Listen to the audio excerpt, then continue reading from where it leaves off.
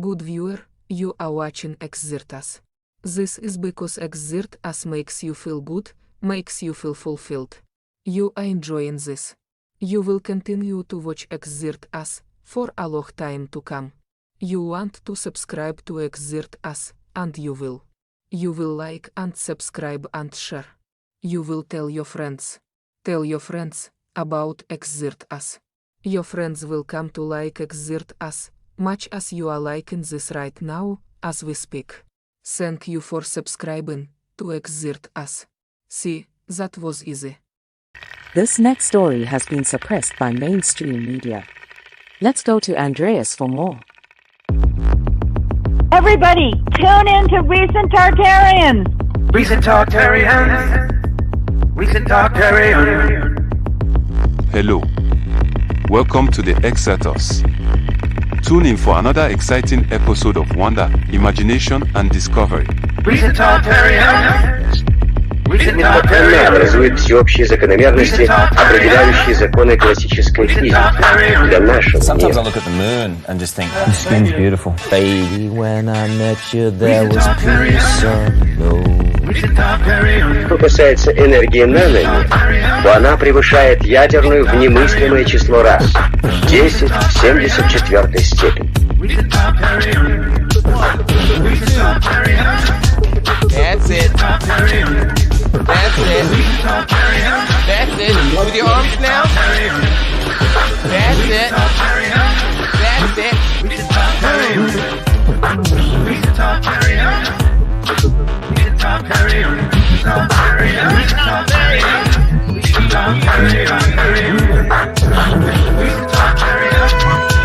Thank you for watching Exertors. Keep listening. Remember, if you enjoyed the video, please follow and subscribe and share and support. It really helps. Coming up next, Exertors. By the way, that's gone. If you didn't record that, that's gone forever. It's gone.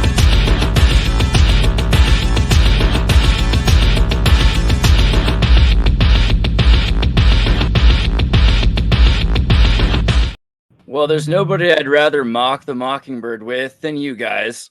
Good to see you. Jacob Angeli. Some people call him Q-Shaman. I like to call him the IQ Shaman because he's freaking brilliant. But you can call him Jacob. He's also your future congressperson and an all-American dream. How are you doing? What's up, buddy? I'm doing great. Thank you for having me. I loved your intro. It definitely had some parodies of MK Ultra in there. Lots of psychedelic patterns and crazy stuff. I loved it. See, I feel like you have the vernacular to pick up my diction. It's going to be great, see? And then also we have Thomas, Paranoid American, featuring the beard. How you doing? You're muted, but that's... I don't know if the Scotch Rite did that to you or... I've Hey, even got my special glass here in commemoration here. Oh, there you go. I love it, dude. That's awesome. Let me do a poll. Oh, is it? It's the wrong picture. Hold on. There we go. Oh, that's beautiful. We need to talk about that because as you notice, he's not wearing like Geronimo's headdress. What did they do with your buffalo bison warrior hat? They still have it. The feds haven't given it back. This is unfair. This is unjust and un-American. Well, but I assume that it's because it's en route to the Smithsonian. Right. Is that the reason? That would be cool. They were supposed to give it back over a year ago. They're dragging their feet on purpose, I think. At this point, there's not much more I can do other than get a court order. That will take filing paperwork.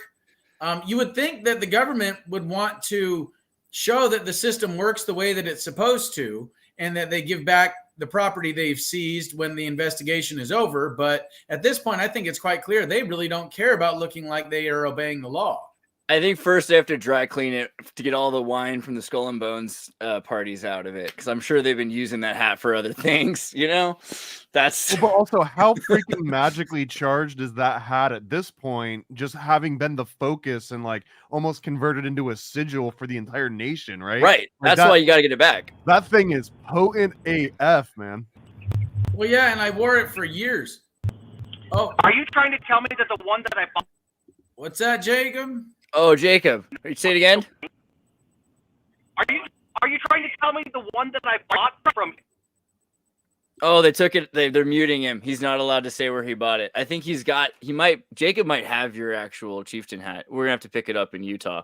Oh, Jacob's got a boy. pretty good beard. I wouldn't be surprised. Well, just for some background, like in case you were just asleep, and you were woke, whichever.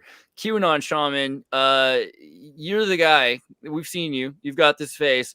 It's brilliant. Let's talk a little bit about you. What happened?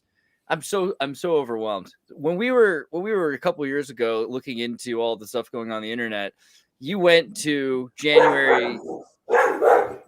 That's the dogs. They're calling the dogs for you. I'm sorry. I thought maybe the dogs were literally after him. I was like, this is exactly how it goes. I'm going to frame it well though, actually, because Go ahead. I'm sorry. He's just heard something. Well, we were all looking into the internet at the time, and you became kind of famous because you were at January 6th, basically, right? Do you want to talk about what led you to, like, what were you doing when we were all freaking out on the internet like a few years ago before January 6th? Where were you in like November of before January 6th?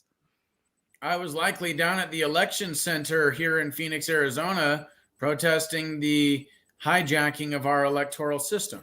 Right. And so I think that's something that people miss about this, because they think of January 6th as being like this like one thing, and it's like about Trump or something like that. But what was it for you, like the zeitgeist of the time? What did you see it more about? Well, it was about a long string of abuses, I think. Now, my reasons for going to D.C. are a lot different than most people. Okay. Washington, D.C. is built on electromagnetic ley lines. The Washington Monument, the Capitol Building, the White House, the Lincoln Memorial, the Supreme Court, the Jefferson Memorial, they're all built on ley lines. So DC is kind of like a sacred site. And so my reason for going was largely to ensure that the highest possible frequencies of love and harmony and peace were plugged into the ley lines. See, that's a good example. Oh, sorry. I'll go back. I'm trying. They don't want you to know this, but you guys see know there. this. Yeah, there you go. I mean, it's pretty brilliant, actually. And so, Yeah, what did you think about the ley lines? What's interesting about it is that the eye that would be at their, like the capstone at the top of the pyramid, is where the Masonic Temple is in DC. Right. Yeah. So there's a lot going on there that most people just don't even realize. So yeah, I mean, this is interesting already. You're thinking of it because you already know this is the epicenter of where this is going to happen. Whatever vibration that people will feel and see, it's not just whether they're watching it on TV or feeling it in their eyes and their minds and their hearts. It's going to happen at the eye. It's going to happen at the Samastata chakra. Yeah, it's going to happen in DC. Well, what's interesting is that if you realize that DC, that the London Palace and the Vatican are all built on electromagnetic ley lines, and they all have obelisks at those locations, and they all have their own set of laws in each of those locations. And that those laws are outside of the actual legal system of the countries that they're in, whether it be England, Italy, or the United States. Then we start to get into the next level of infiltration and the use of the legal system to create a infrastructure, financial, supply chain, governmental structure that the less than 1%ers use to monopolize our resources, labor, and currency. Right, but that's also, you're looking at this from a very spiritual level. You're seeing this as like physics and magic working together, essentially, right? Yeah, metaphysics. Metaphysics, right. Oh, is he all right? Here he is. We lost Jacob again. But we got him back in the best way. I just had to put myself in front of a green screen. I'm already jealous of Thomas having the whole green something. And Mr. Angeli, American Shaman. Angeli? Jacob. It's good to meet you. I'm a spiritual Mormon boy who went through a journey that we won't talk about here. But I'll say we were already celebrating some things, my son and I, when I was tardy to this, because I was teaching my 10-year-old son about freedom by watching Braveheart, and we were channeling some of the verbiage that I heard from you in the halls of the Capitol with a freedom. reverberating. So you inspired some of that. I just want to say thank you and apologize profusely for any tardiness. Can I ask you to share a little bit about your intentional shocking of one's senses? Yeah, so I largely take from the Hioka shamanic tradition regarding my regalia and the shocking of the cognitive system through that shocking image. And then once that cognitive shock has been delivered to the system, then the individual, the shaman, has the ability to then kind of reprogram the mind and deliver a message that explains to the individual or to the tribe that their cultural paradigm, their social constructs are not actually reality, that they are in effect a illusion. And so the cognitive shock is designed to deliver a message of objectivity and, in a sense, reprogram the subconscious mind so it can consciously perceive reality the way that it was intended. As of right now, you're talking to an audience that embraces this sort of idea very well. Does it go over well with your family? Are you an outcast like many of those here with you? No, my family loves me, and they may not fully understand everything it is that I say or what I do, but regardless, I have support. How do you view this in spiritual terms, the way that this kind of warfare for freedom goes? And bless you twice. I saw at least 2 of those good ones. Thank you. Hit the mute button. What's the spiritual aspect of the warfare like for you? Because most people are just talking politics, either streaming or on corporate media. How was this spirit? Am I understanding you right that you realize this is a spiritual conflict? Yes. So the real battlefield is right here and right here, the heart and the mind, and affecting the heart and the mind of as many people as possible to hijack our collective consciousness and thus the destiny of humanity as a whole. This is done through things like the legal system, telling us what we may buy, what we may sell, what is legal, what is illegal, the government's monopoly on the initiation of force, and the use of that monopoly on the initiation of force to ensure obedience to a system that is parasitic both on humanity and the planet as a whole.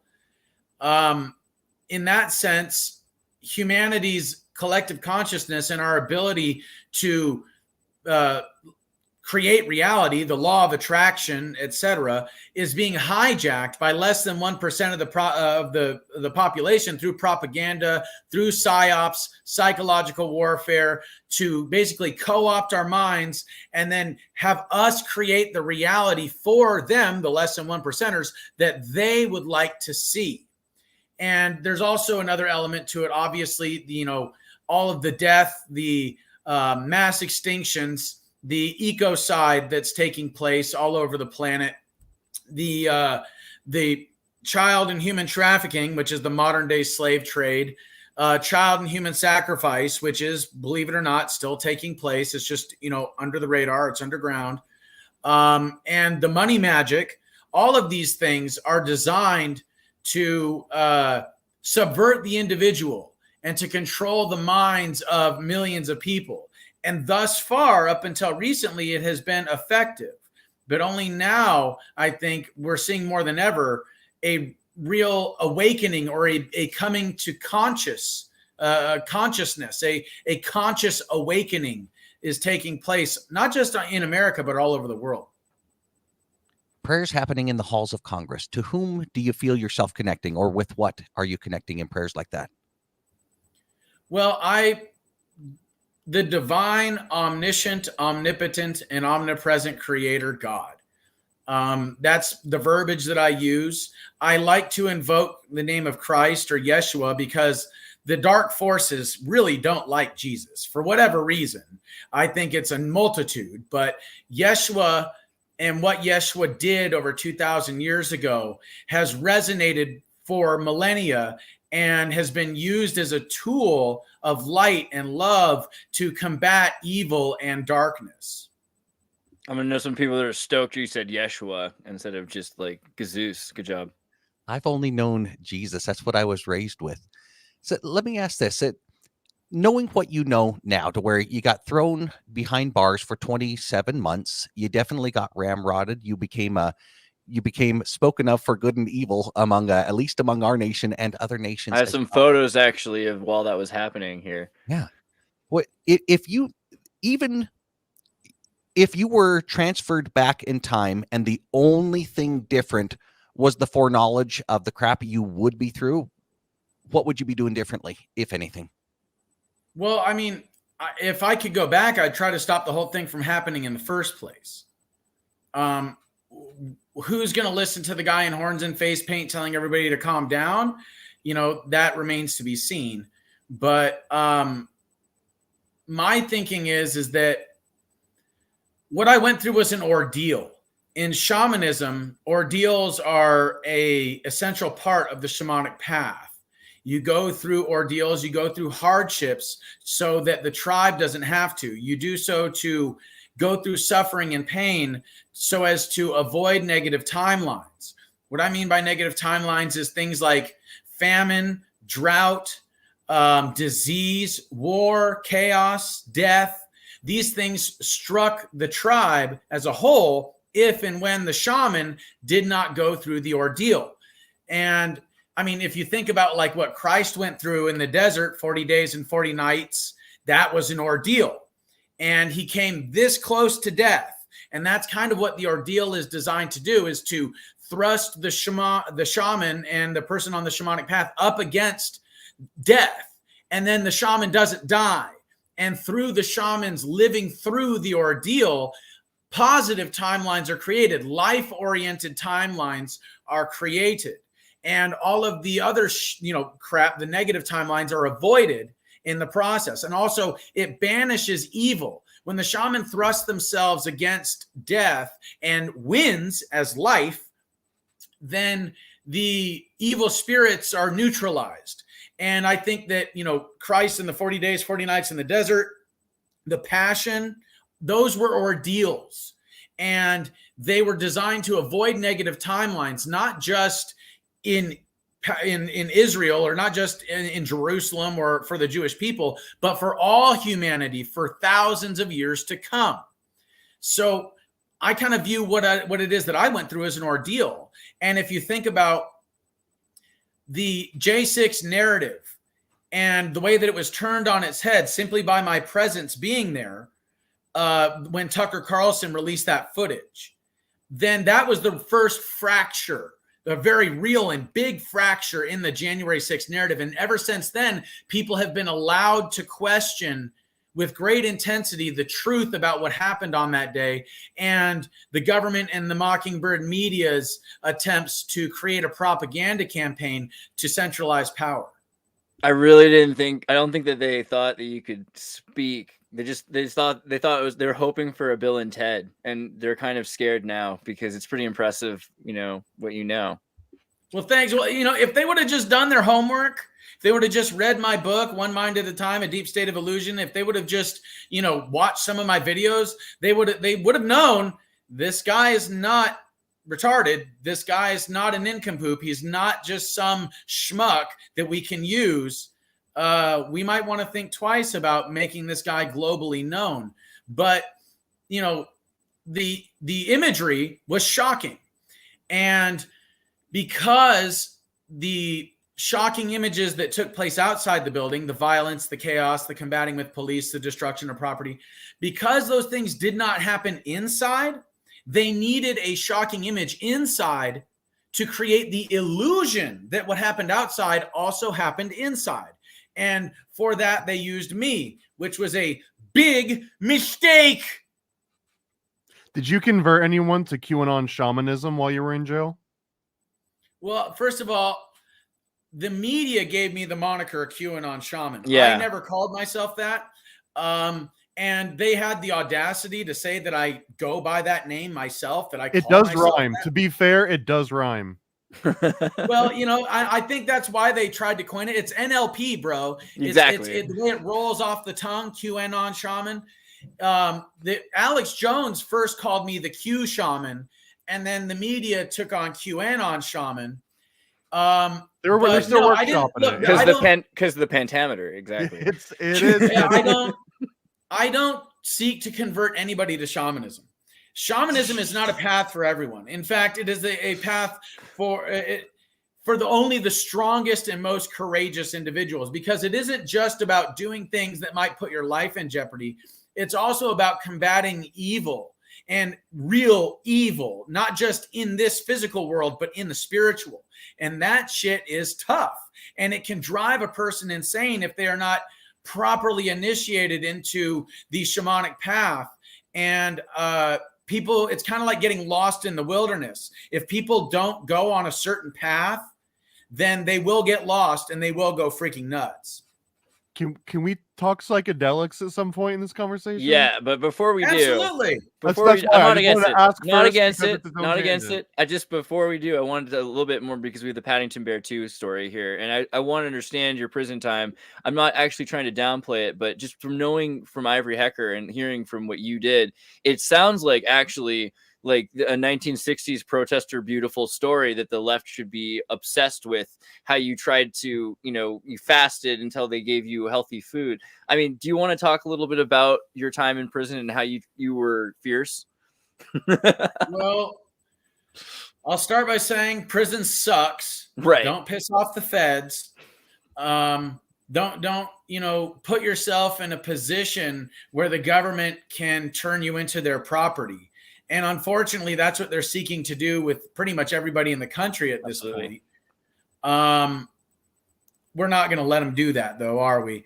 There's nothing that is a greater symbol of freedom than non-compliance.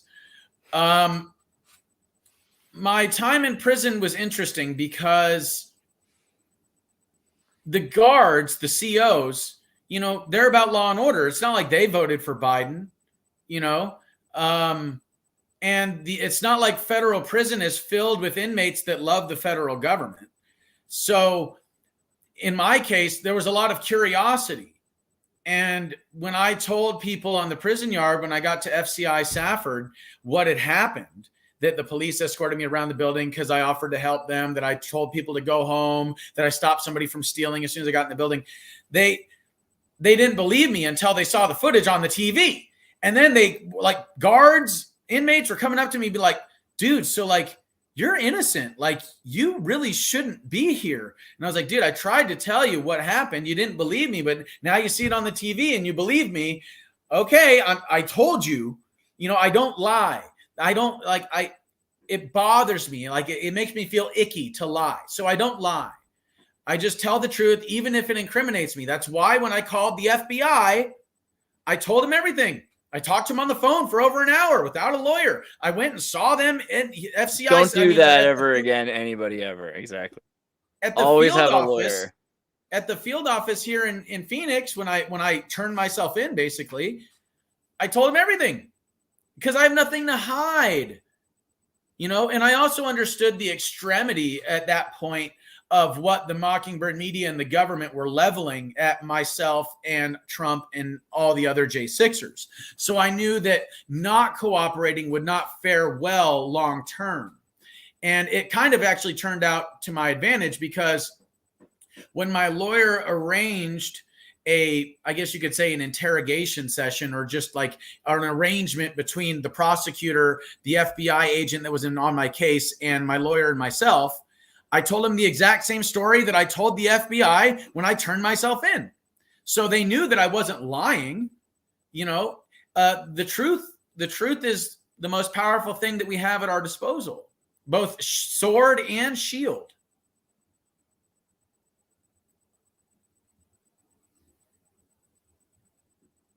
That muting button. What do you think about after you got out of prison then? I mean, when you left prison, did you feel like you had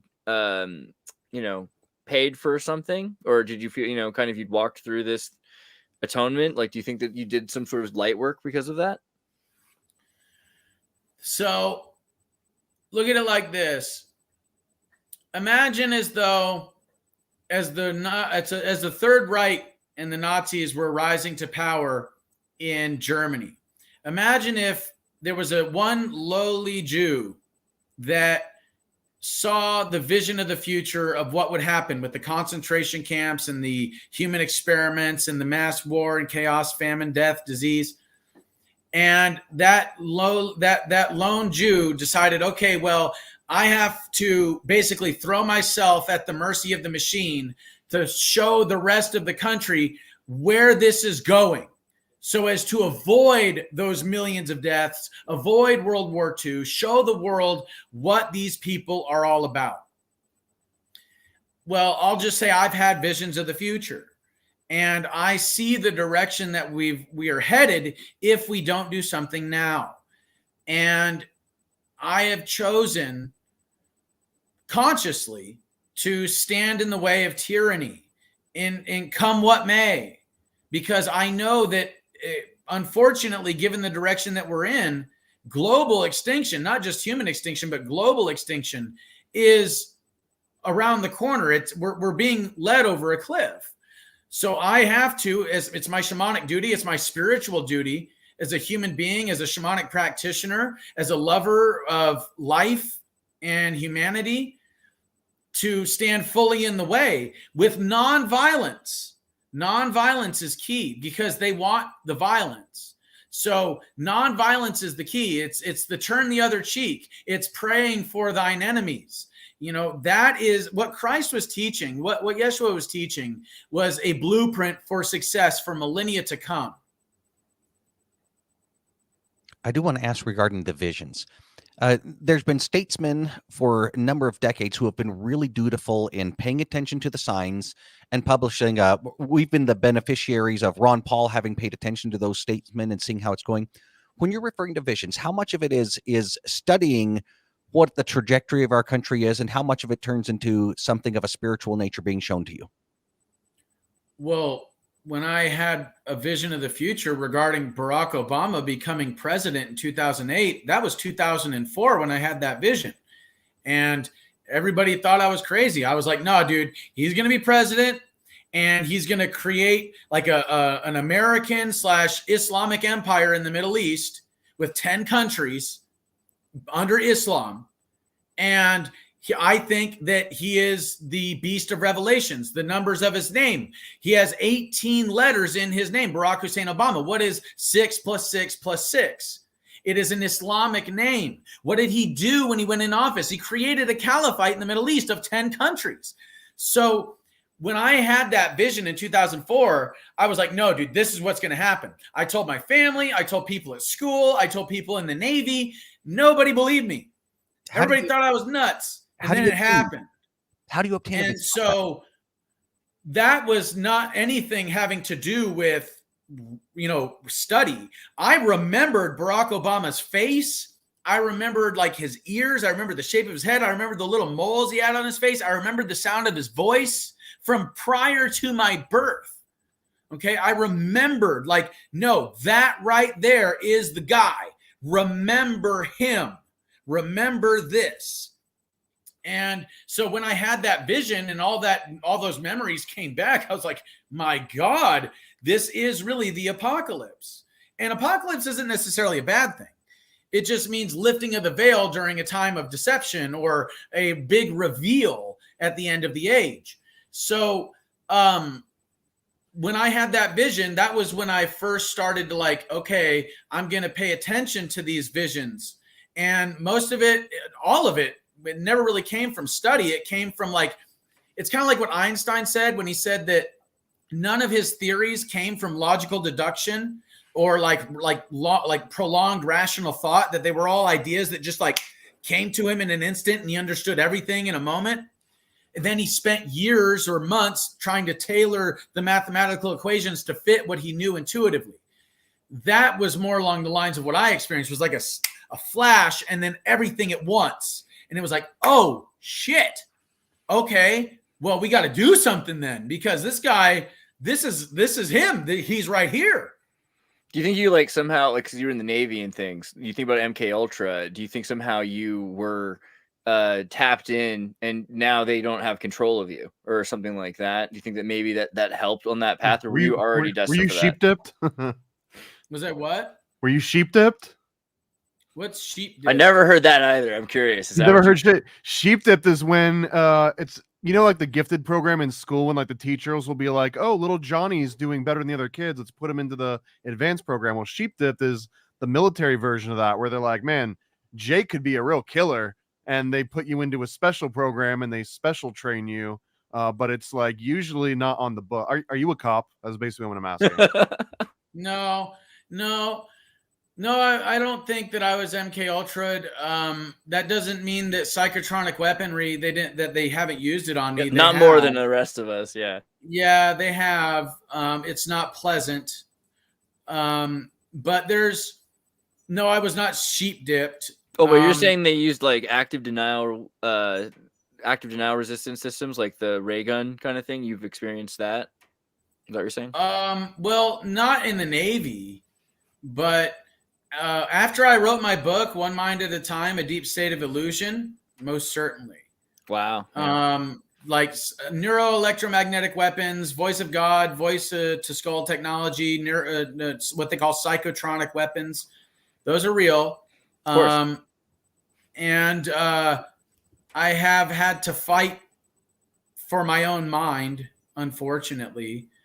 For those that don't believe in it, look into Havana syndrome. Yeah. I don't know what active denial system is. Wiki is basically calling Havana syndrome effects of the ADS, active denial system. So Havana syndrome is what you get from an ADS heat ray, but you can use it for all sorts of purposes, just to cause your brain to hurt, or you can hear voices. But ADS usually, if it's used for violent purposes, can make monkeys bleed out their eyes. It's pretty violent if you really want it to. Oh, yeah. That's why I said look into Havana syndrome. Yeah. I'm of the belief that psychotronic weaponry combined with things like psychotropic drugs and trauma in life, especially at an early age, are largely responsible for the mass shootings that have taken place. A lot of those people are like sleeper agents or like MK Ultra sleeper cells that are activated when the deep state deems it necessary to cause mayhem. What's this, Thomas? Well, we were talking earlier about the layout of DC, yeah. and this is just from one of my comics that talks about this exact same concept in all of these. Oh, sweet. I sent you another one too that I coincidentally issue 2 of Time Samplers talks all about V2K satellites, psychotronic weapons, HARP, and all this information, which I think is incredibly important. This is the Black Knight satellite too, I believe. Sweet. Oh, Black Knight satellite. That's some crazy shit, isn't it? Yeah, This one cuts deep. Thomas's Paranoid American make all sorts of comic books that are basically information pamphlets for all the stuff that we're talking about right now. That's awesome. Yeah, I see you got DARPA on there. Good on you. And this actually right here, if you read through it, this is just an illustrated form of Silent Weapons for Quiet Wars. Like all this. Yeah, Jonathan. What is it? No, it's Joseph P. Farrell. Well, this one was Silent Weapons for Quiet Wars, I believe, was in some versions of Behold the Pale Horse. But the story was that someone bought a Xerox machine at a government surplus auction, and when they brought it home, you're right. No, you're right. That's that's Behold the Pale Horse. I was thinking Joseph P. Farrell. He did Breakaway Civilizations in Covert War or Covert Wars. That's F. Farrell. There you go. Yeah, his stuff is pretty mind blowing. It's kind of dense. Not everybody Breakaway Civilizations. Yeah, his stuff is pretty dense, but it's really good. I read that in prison. As funny as that is. Wow. That's cool. I'm glad you got. So I'm sure you read a lot of books, or you read as much as you could. Oh yeah. If you guys haven't read The Authoritarians by Jonathan Emward, he's a constitutional lawyer. Oh, dude, that book will blow your head back. It delineates the communist infiltration into the United States, going all the way back to the Fed and Hegel and the programming of our university students by German by German professors teaching Hegelian philosophy and communism, and then talks about like the infiltration of the Soviet Union into FDR's administration. We're talking at like highest levels of government too, like the Department of Agriculture, the Treasury Department, like all sorts of stuff. It's great. Was McCarthy right? Because I've heard this theory a few times that like McCarthyism was the big Red Scare in America, and everyone was like had a communist hiding under the closet. And this is where Hollywood was supposed to be infiltrated by just nonstop communists. And now it's taught in schools of like, this was just a modern day witch hunt. But a lot of like, for example, this authoritarians, like the whole concept of this. Honestly, you kind of, I feel like Jake summed it up with his synopsis of this book, that German 19th century socialists created both. We're talking about like the Prussian system at that point, right? Right. Well, they've beat the Prussian Confederacy in like 1870, right? 1875 is the end of the Prussian Confederacy. And so the German socialists took over at that point. And it's the end of the Livonian Empire. Yeah. There's a lot of dark stuff that came out of Germany. And we got Fanta though. We did get Fanta out of everything. I just want to point that out. There's a silver lining. Yeah. Well, Fanta's laced with pesticides and high fructose corn syrup, so I'll pass. Yeah, I mean, where are we at with Codex Alimentarius? Because the thing is, one of the things I was thinking when you were in jail and you're saying I want healthy food, like so do I. So what are we? Where are we at with like cloned beef and making the world aware of these things? Because the other thing is we're talking about Mockingbird is constantly saying you're this QAnon guy who's upset about Trump, when really you're talking about the world needs to fix a lot of these subtle problems, right? Yes. Well, our socioeconomic and geopolitical systems are so corrupted and distorted because our spiritual systems and our spiritual perspective has been corrupted and distorted for a very long time. So if you fix the spiritual, then the socioeconomic and geopolitical will mirror that correction. And that's what I intend to do, is fix the spiritual so that the socioeconomic and geopolitical will follow suit. But so much of the world, I mean, I think we both agree, we all kind of agree, there's maybe efforts to like a parasitical civilization or some sort of an effort to corrode good, to eat the energy that good provides, to destroy, right? It seems like we're seeing that in praxis. You've got we're talking about Codex Alimentarius, an example, like the idea of radiation being humans and cattle can process it. What's going on with fighting? How are we going to fight a system that's designed to do that? I mean, the entire world's designed to be evil. It's a vampiristic civilization. So I'll give you the short answer and then the long one. Vote with your attention, vote with your money. That's how we start, right? So when you don't buy Monsanto, when you don't buy that processed crap, and you instead purchase things that are organic and ethically sourced, then you are contributing to a good system and not contributing to a bad. If everybody in the country did that, Monsanto would go out of business, and the other good organic companies would thrive and get on the level that Monsanto is attempting to stay at. Long term, or long answer, the war is for the mind, okay? And in that sense, it's about governing our thoughts and our emotions, our hearts, and steering humanity toward a destiny that is controlled by less than 1% of the population. So first, we have to create a new mental model of reality. If you look at every evolutionary leap that has been made throughout human history, there has been great social or environmental pressures that have mounted on top of the individual or the tribe, and that it has made life very difficult.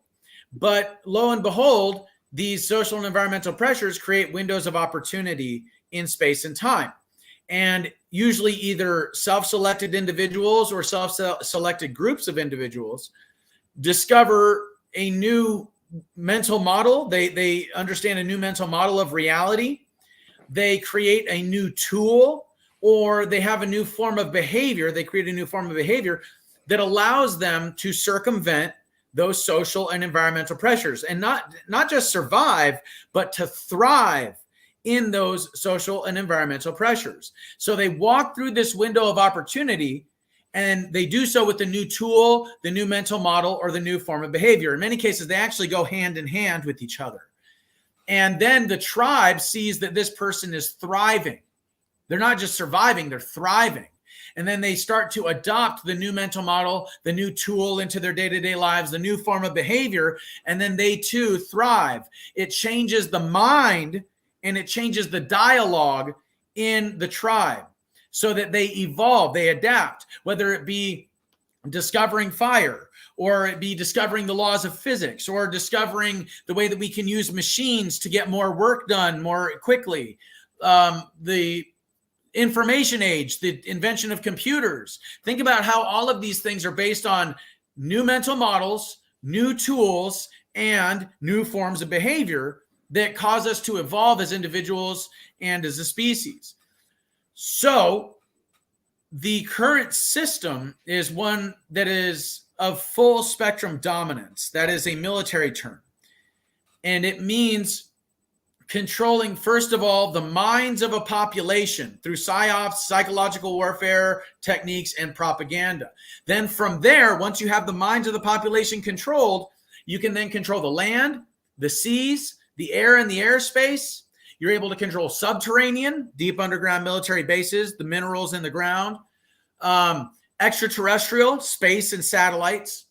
You're able to control chemical and biological agents, chemical weapons, biological weapons. You're also able to control technology, cell phones, cell phone towers, radio, computers, televisions, smart TVs, satellites. You're also able to control the food supply. You're able to control the medical apparatus. You're able to control the currency. This is full spectrum dominance. So what we have to realize is that that full spectrum dominance system is being maintained by what? A couple of things. Number one, the propaganda apparatus that we call the Mockingbird media. Number two is the legal apparatus that creates like the non-disclosure agreements, the security clearances, etc., and the laws that preserve the full spectrum dominant system and go after anyone that threatens it. Also, there's the added, factor of our tax dollars being siphoned through the legal system. And then there's also the corporate structures that are like interlocking stones that create these walls of vertically integrated, what is called a vertically integrated messaging apparatus. It's basically where from the top down, whether it be corporations or banks or the government, they control the messaging that gets out to the people, and they create these social identities that they hand to people and that people pick for themselves. But it is a socially engineered construct created by this system of full spectrum dominance that people choose to adopt because they don't know who or what they are. And in doing so, their destiny is hijacked. Their heart path is hijacked. So it's about taking this back one mind at a time. That's why my book is called One Mind at a Time, A Deep State of Illusion. And the deep state is one of illusions. All of this stuff is an illusion.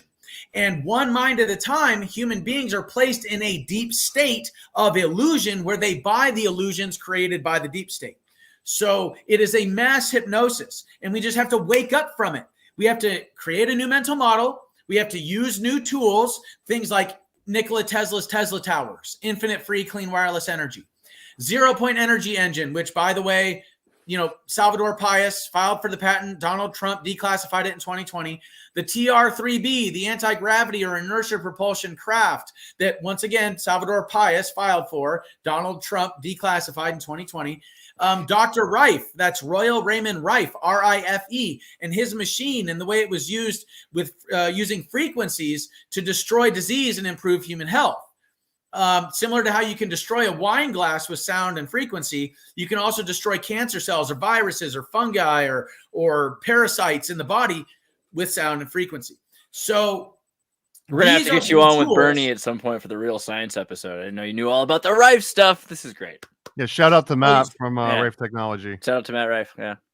Yeah. I don't agree with everything Matt says. I'm Yeah. just going to say that right here and now. But the memes lately have been like extra spicy too. yeah, I don't agree with a lot of what he says, but the machine that he makes, I have one, it works. So, don't throw out the baby with the bathwater here. The machine works. And I wish that Rife he is would legit. take his responsibility to humanity a little more seriously and just focus on the Rife machine as opposed to memeing about the Holocaust. I'm not just seen saying, that like, recently. Oh Lord. Okay. I haven't been paying attention to everything. Clearly, I missed that one. Again, we got Fanta out of the whole ordeal. I just want to always throw that silver lining out. well, yeah, but dude, we also got Bayer and IG Farben and Monsanto and Numbers, like also- serial numbers. Yeah. Are you saying Yeah. you like to do your own weeding versus just spraying a little bit of pop and it's gone? I mean, come on. Yeah. He's from Florida. He doesn't know about Roundup birth rates. Well, dude, dropping. Florida produces 80% of the nation's Roundup. Yeah. Did you know that? You're welcome. Yeah, we used to produce sugar too until the freaking corn crops took it over. Yeah, you also have cancer rates. I'm not saying what they are because this is internet, but you do have them, But okay, in terms of giving people like military grade steroids that were intended to make super soldiers that accidentally killed them and they found out would make better weed killers. That sums up, I think, kind of the problem of optics. And one of the things that we're seeing is, for instance, when people look at, I saw this the other day, Pizzagate, QAnon, and the Epstein list, why the far right obsessed with sex trafficking. I mean, because it exists. I don't know. I wanted to ask you, what did you think about this? Did you hear that one? I didn't see the article, but one thing I noticed about all these people that debunk Pizzagate or say QAnon is a conspiracy theory and all that crap is a lot of them are getting busted for crimes against children or child pornography. So it's happening a lot. There's the producers over at CNN that got busted for either child porn or soliciting sex from children. Yeah.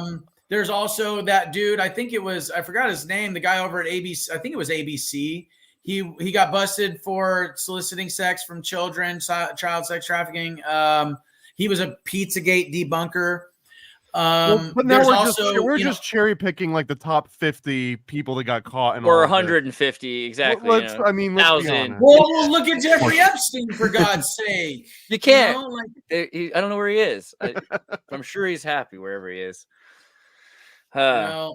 And then when we look at all the people that went to his island, the way that doctors and scientists were actually some of his most regular clients, not just on his island, but in his mansions in New York or his ranch in New Mexico or any of his number of other properties.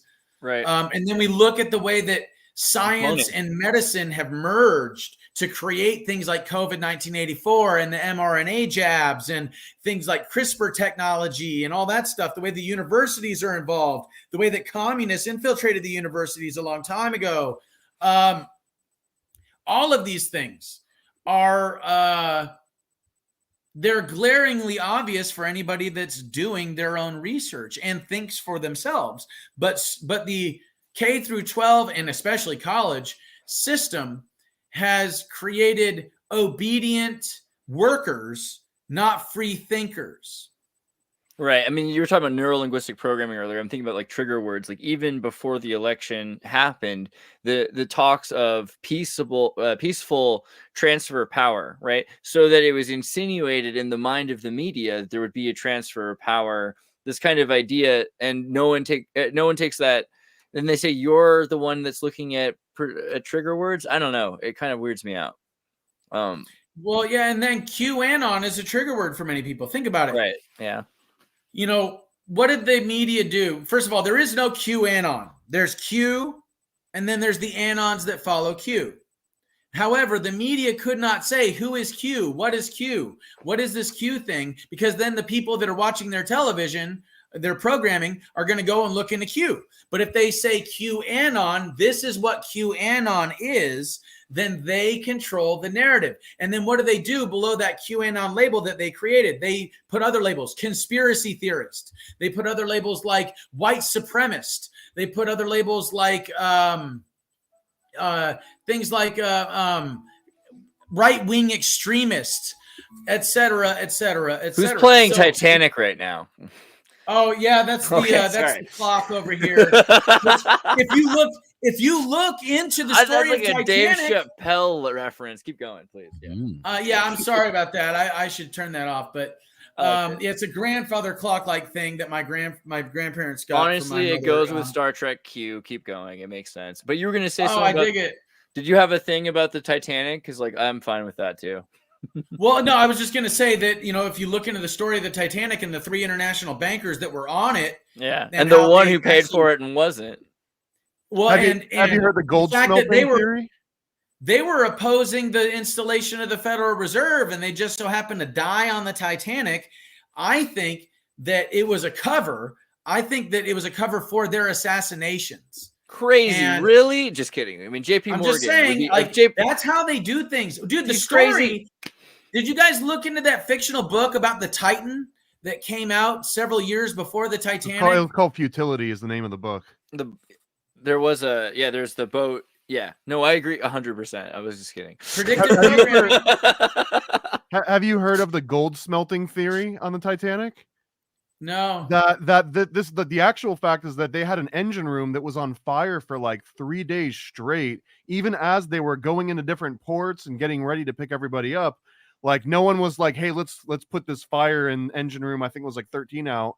And the conspiracy theory aspect is that they intentionally did that because they were smelting gold, that they had like cars made of gold. They had bedposts that were all made of gold. So as they went out into international waters, they have this boiler room that's on fire to smelt gold, and they bring it out into the very cold waters to counteract that.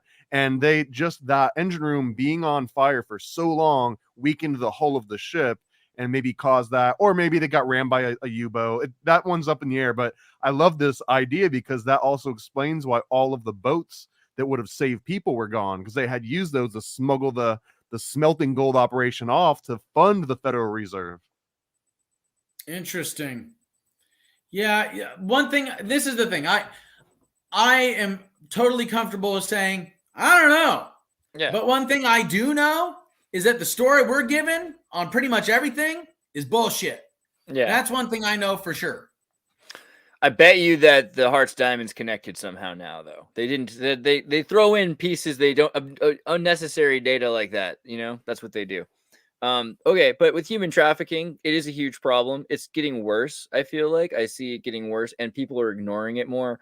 And I don't know if it's a general consensus, but there is, like we said, there's a group of people that don't go outside and they just watch the internet. They don't see things the same way. I mean, is it possible that, how important is it, you think, that you actually like went physically? I mean, this is the whole thing, is because you went physically to DC, right? You were outside. How important is it for people to interact outside of the metaverse, Mockingbird? It's essential. I also went to Hollywood for the Child Lives Matter rally in 2020. And I'll tell you right now, the dense vibratory nature, the low frequencies that existed in Hollywood also existed in DC. Totally. You could cut it with a knife, dude. It was very low. It was like a spider web,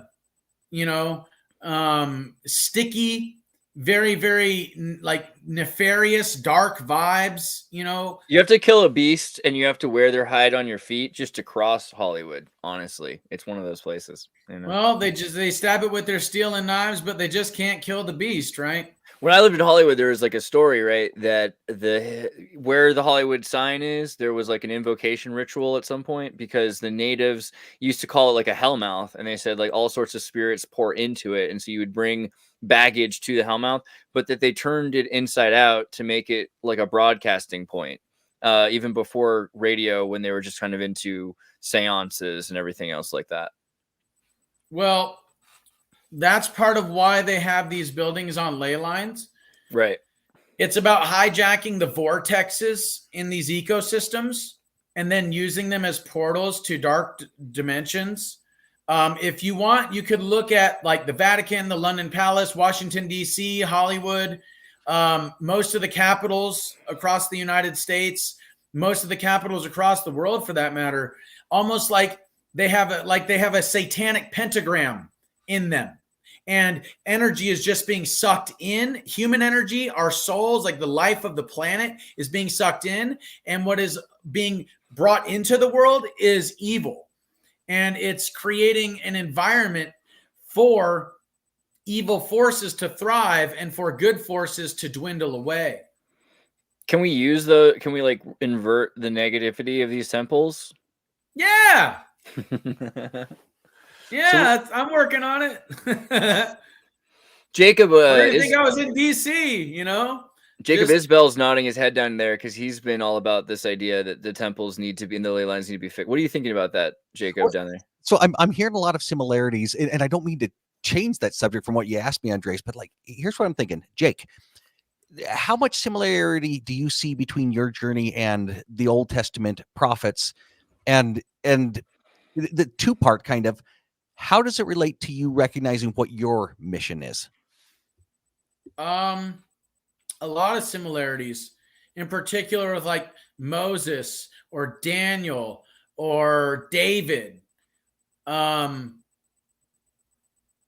I view it in context, like, okay, we're going through a change of the age from Pisces to Aquarius, right? Now, as the ages change, God sends what some people will call bodhisattvas, other people call prophets, some people call masters, ascended masters, rishis, yogis, shaman, saints, sages. They're all different labels for essentially the same thing. And these individuals have souls that have reincarnated on this planet over and over and over and over and over again to raise the vibratory frequency of the collective human consciousness. So we may ascend into higher dimensions and higher levels and realms of spiritual understanding. I don't know what that is. What's that? Oh, okay. Oh, yeah, sorry. Because you're talking about the reincarnation thing. And we've been really jiving on this idea because, like, apparently the ancient Old Testament Jews, they believed in a reincarnation, which I hadn't heard about before. And they believe in, like, there's like 613 parts of the soul that reincarnate, which really kind of plays into this idea of the bodhisattvas that you kind of have to lock yourself into. You go ahead. Sorry. Well, let me throw. No, that's fine. Well, I mean, Jesus in the Gnostic texts and in many of the texts that were banned from the canon of the Bible, the 22 other Gospels, Jesus spoke of reincarnation as well. So it's reincarnation is physics. Okay. Yeah. I actually have a video on my Rumble account, Yellowstone Wolf AZ, and it's also on my X profile, my Twitter profile, called "God is Real and Reincarnation is Physics." It's in my highlights. Yellowstone Wolf MB? An AZ. AZ. All one word. Yellowstone Wolf AZ on Rumble. All one word. But reincarnation is physics. Energy can't not be created nor destroyed. It can simply change forms. And we are energy masquerading as human beings. Yeah, that's the one right there. But yeah, that one right there, the understanding the enemy strategy, that's everything you need to know when it comes to politics. The one that was below it, just take the red pill, was one that I did in I think late 2018. And it has everything that you need to know. Like literally everything that you need to know is in just take the red pill. If you go back and you can check, yeah, that one right there. It's 5.5 hours, but I'm telling you, you found the right audience. We'll watch this. Yeah, it's everything you need to know. Then if you go back and you scroll down a little bit, you'll find the God is Real and that one right there. God is Real and Reincarnation is Physics. That one's 4 hours.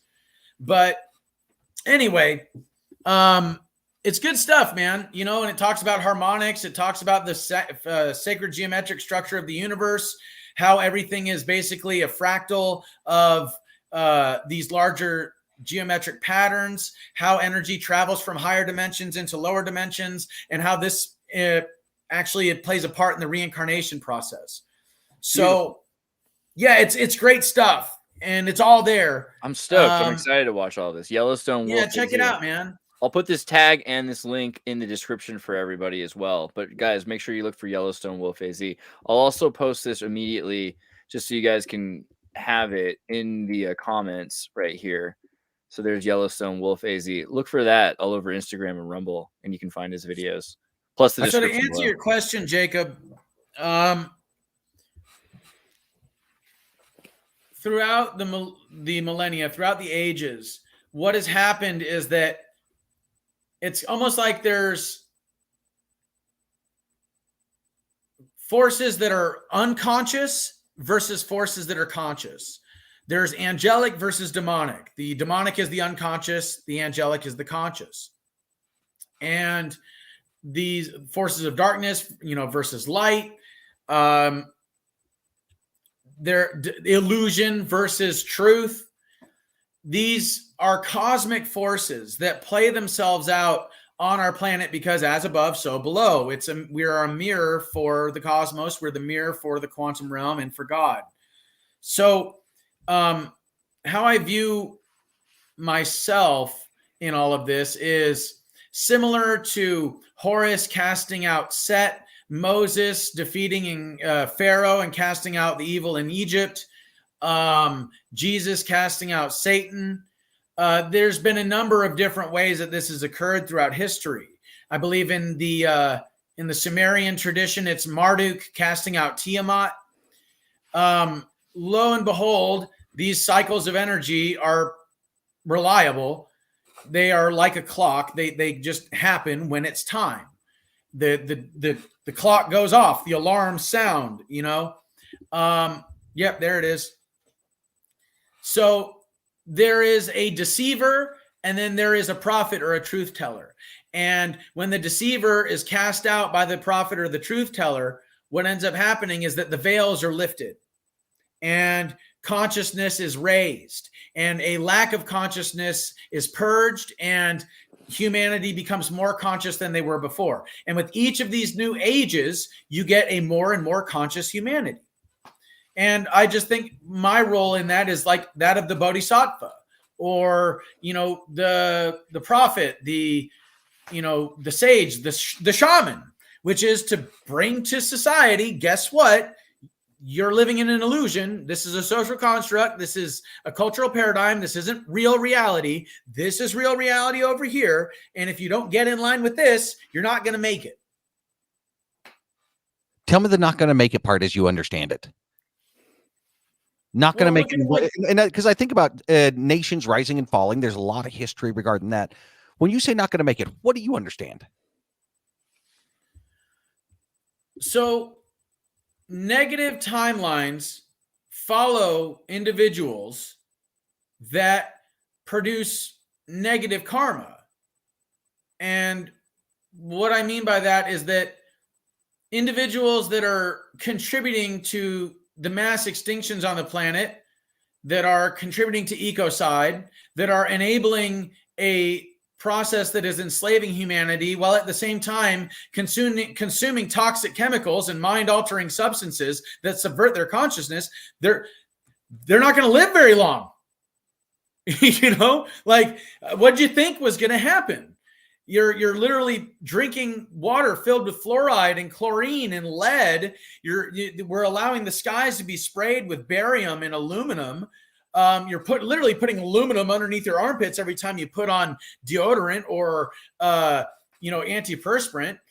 Some of you are consuming pesticides in your food, genetically modified organisms, taking an mRNA experimental product. It's not even a vaccine. I hesitate to call it that.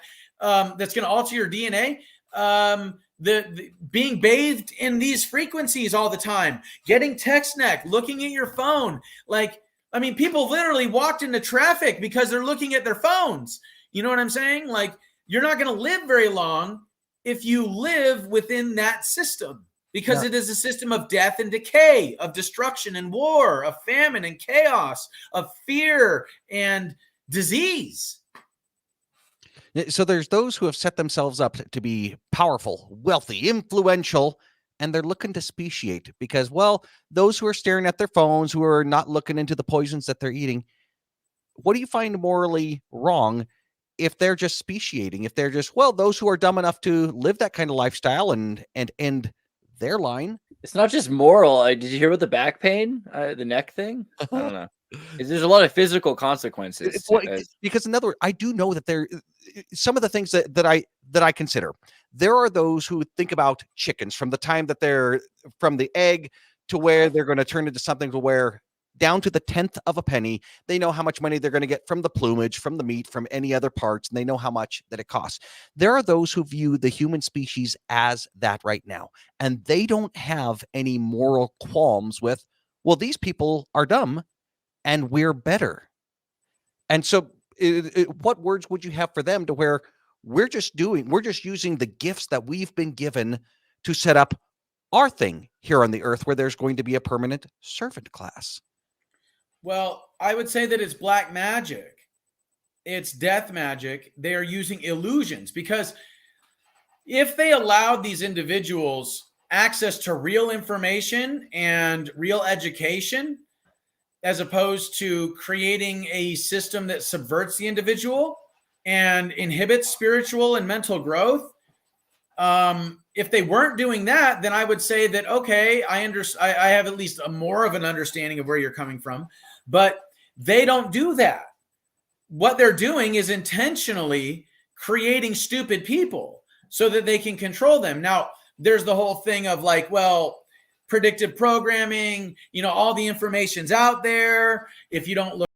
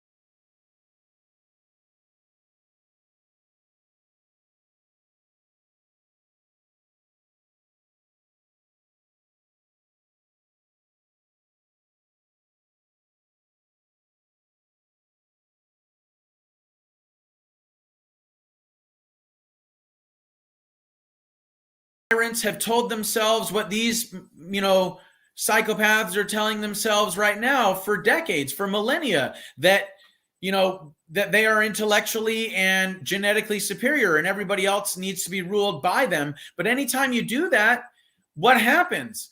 Everybody suffers. And that even includes the king or the emperor or the tyrant, because the tyrant suffers because all they have is the illusion of control.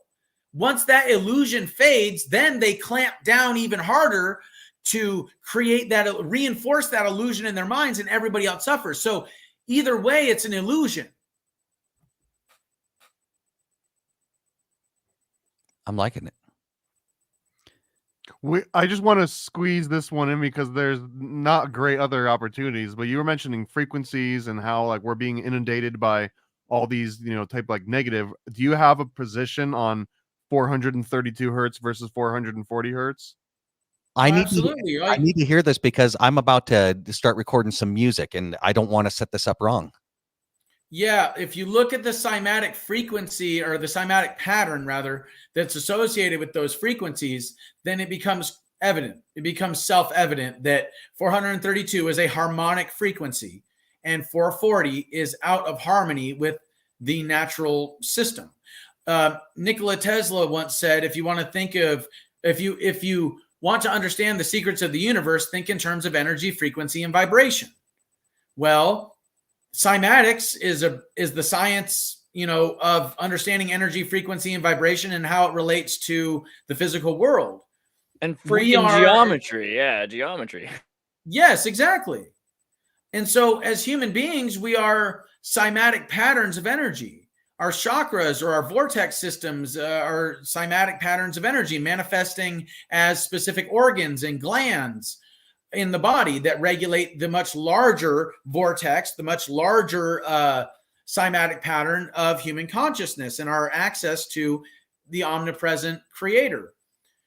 Anything that seeks to take you out of that is not for your own good. And similar to how modern pop culture has been hijacked and turned to 440 hertz, so too have other apparatuses like propaganda on the television shows, the news, etc. All these things are inlaid, they're piggybacked with inaudible frequencies that affect the subconscious mind, but the conscious mind cannot perceive.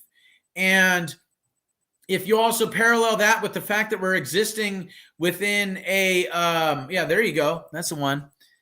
If you parallel that with the fact that we are currently using a calendar that was created by the Romans for taxation purposes, and that it actually is not in sync or aligned with the natural cycles of energy, the moon cycles, the sun cycles, the earth cycles, the cosmic cycles, then we have been systematically taken out of reality, out of objective reality. We're given a false sense of time.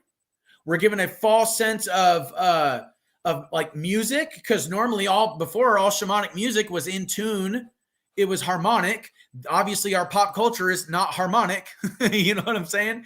So all of these aspects that have allowed humanity to perpetuate its own existence have been hijacked by this vertically integrated messaging apparatus, by this deep state propaganda machine, and is churning out stuff that reinforce the full spectrum dominant system and therefore human slavery and negative timelines. I just retuned my guitar. That's what I want to hear. You saw that, right? This is what it looks like now. You fixed it. That's the point. I did.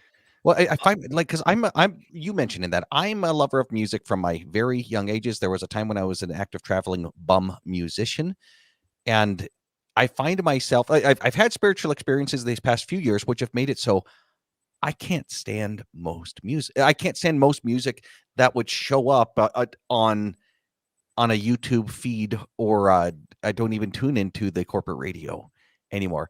I just can't stand it, even though I love music. It's been such a integral part of my life. But yeah, I just retuned the thing. If you want. Well, and now think about this. Now think about this. The music that is being made is in many cases made to make money, not make a difference. Most of the music these days is a pre-packaged product created through artificial sounds and soundboards. Very rarely is it real instruments anymore. Digital computers and stuff. And in many cases, the modern music that we're dealing with is as fake as fast food. It is a pre-packaged product. And in many cases, they actually go hand in hand, because the pop stars are doing commercials for what? Fast food, or, cell phone companies that are using frequencies to control people's minds, etc. So it is a much larger machine. It is a soulless machine. I'm looking up who wrote the ba-da-ba-ba-ba jingle. Neuro-linguistic programming. So someone was asking about like what you think about some other things. Like, what do you think about have you heard of Tartaria? What do you think about Tartaria? I don't buy it. Not fully. Really? Not fully, yeah. I do believe that there was a civilization on this planet that understood infinite free, clean, wireless energy. I think the pyramids are evident of that. Especially when we get into things like, the water or the moats or the lakes or like mercury in some cases underneath these buildings. I do think it's rather weird that they removed all the bells, though. That is very strange, especially when we get into the way that harmonic frequencies have the capability of banishing evil spirits. Right. I also think that it's really interesting the way that a lot of the ancient churches had cymatic patterns in their, architecture, as well as themselves being echo like chambers or like harmonic chambers. And many of them were built on ley lines.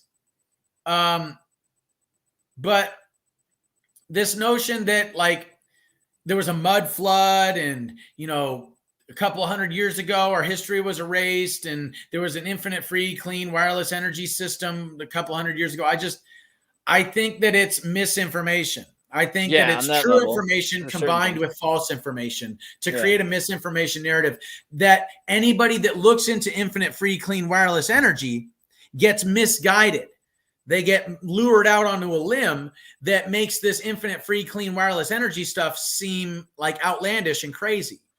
Yeah, it's sad. I've been looking around. I feel like the Tartaria thing has been hijacked and it looks pretty bad. A lot of that information, like the way I asked you, I didn't mean it to be about those things. I'm glad you qualified that because I think a lot of people have turned it into, a completely different thing than it originally was. But the way you fundamentally are talking about a civilization that was able to use free energy, had access to bells, I think that's the more concrete and fundamental point of that. Well, on the other side of that Tartarian coin, though, what about flat Earth, infinite land? Do you have any opinions on that? Bullshit. Either? Both? Bullshit. The Earth's not flat. The Earth is what is called a spherical geodesic. It is a series of interlocking triangles that create a spherical shape. And the spherical geodesic is comprised of numerous different ley lines, electromagnetic lines that form triangles all over the planet. Some triangles converge to create much larger vortices within certain ecosystems, things like the Bermuda Triangle, the Devil's Sea, stuff like that. Others are smaller conversions of these triangles, things like, for example, Washington, D.C., or the Vatican, or the London Palace, etc. Yeah, there it is, spherical geodesic. Out of respect for Travis, Travis is blasphemy. I love you, Travis. All right, keep going. We're just talking about fine. Epcot at this point, no? Isn't this the Epcot ball? It's also Koresh. It's also Koresh. Well, Epcot, Walt Disney World, the big Future World ball. Oh. Yeah, it's a geodesic dome, but also it's like Koresh Teed's model, right? Of triangles, like geodesic. Do you think there's a hollow Earth? You think there's something going on underneath the surface? Yeah, yes. So perfect. To a certain extent, there's a lot of theories that the Earth has a molten core of iron and nickel and all that stuff, right? And then there's the mantle and then the crust. But from what I understand, at the center of the Earth is not a molten core. It's actually a plasmic core that is almost like there's like a second sun at the center of the Earth. And it is creating the electromagnetic field around the planet. It is what is called a vector equilibrium, which is basically like the Seal of Solomon, the Star of David pattern, except three-dimensional, two pyramids within one another, right? It creates a stable structure in the dimensions of space and time. And it's because two equally powerful forces are colliding and then they're rotating around each other endlessly, creating a clockwise circle or a clockwise spiral going up and a counterclockwise spiral going down. And then that's where you get the toroidal field or the electromagnetic field and its polarities. So the Earth, I think, is more likely, quote unquote, this notion of hollow earth, we have to definition match here, because what one person thinks is hollow earth, another person thinks is, something else. So when I say hollow earth, what I mean is that at the core of the planet is not molten iron or ore or nickel. That in fact, what it is a plasmic vortex, massive plasmic vortex that illuminates the areas around it. Like and this is where we get into like ancient legends about like underground civilizations existing in the earth, where like they're lit up by like a bioluminescent light. There's supposedly, like in Russia, I think there was one that had a blue light coming out of it, like an underground area that had like a blue light that coming out of it. There was one, I think it was in the Amazon or somewhere in the Americas, I think, that had a green light coming out of it. There was another one that had a yellow light coming out of it. These are ancient legends. And so, I mean, at the end of the day, without like empirical evidence, I can't say one way or the other. But what I can say is my theories and how my theories have been turned into experiments and how my experiments have gone splendidly based on my theories. Right. Yeah, I've been to Lake Titicaca. I think what you're talking about is like in Titicaca, south of the Amazon, but still South America. And regardless, it's the craziest ancient aliens-esque temple that you can find in South America. And these crazy giant stones are slit together that are bigger than you can find at the pyramids. So at least something interesting happened at the location that they have. Well, that legend, right? And they had to go up a vertical fucking cliff to get there. Yeah, that's kind of fun. I like that they did that. How do you feel about Bach Saga? Are you familiar with Bach Saga? No. Oh, okay. We do this horrible thing where if someone commands for the how do you feel about death metal? Are you okay with metal music at all? If you look into Dr.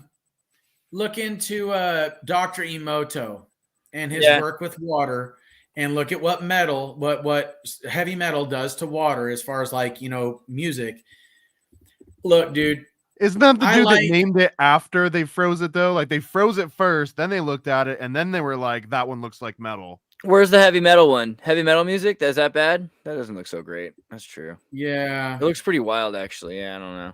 But right, so look at it like this. If practice was they recorded it first, then they looked at the pictures, and then they said, "Oh, that one's nasty and jaggy. That must have been metal. That couldn't have been low." No. What it is that they lined up these water bottles. I don't know, Brittany. And then like they taped a word to it, or they played music for it or whatever, and they had these labels on it. And then they took a drop out of each of these bottles and they froze it. And then they looked at it under a microscope to analyze the geometric structure of the molecular structure, rather, of the geometry of the water.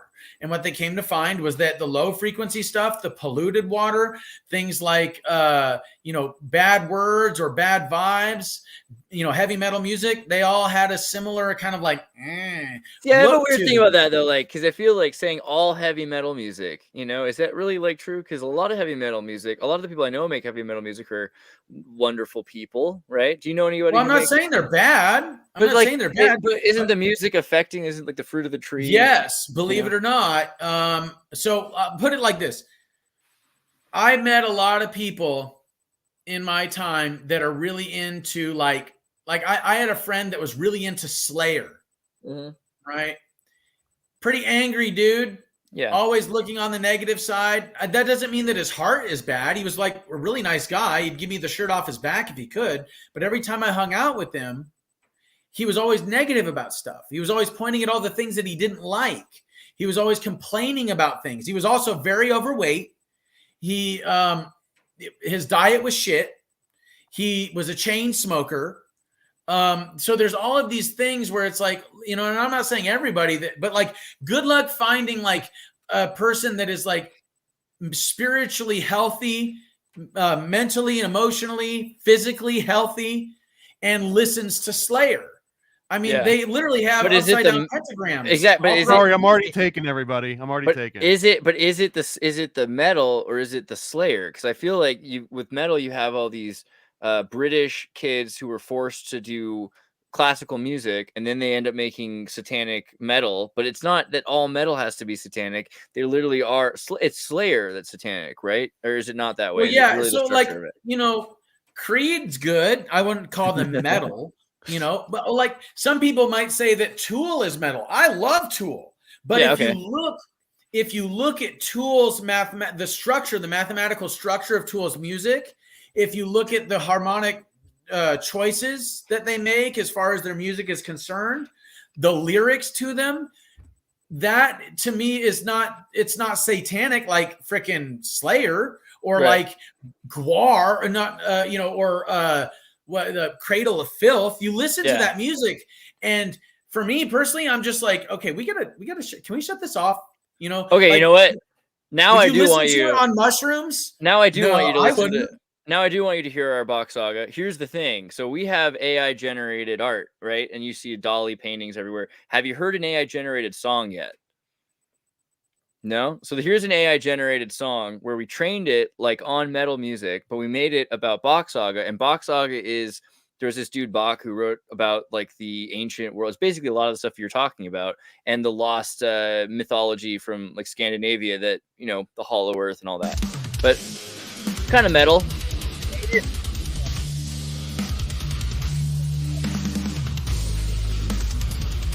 They love it. Look at them. Look at them grooving.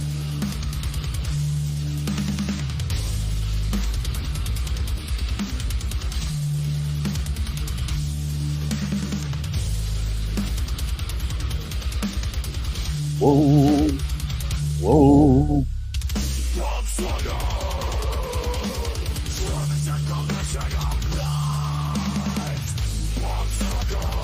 Even the voice is AI generated? Everything they taught you in school were lies. Whoa. Right? Whoa. Whoa. And it's going to have a little whittle.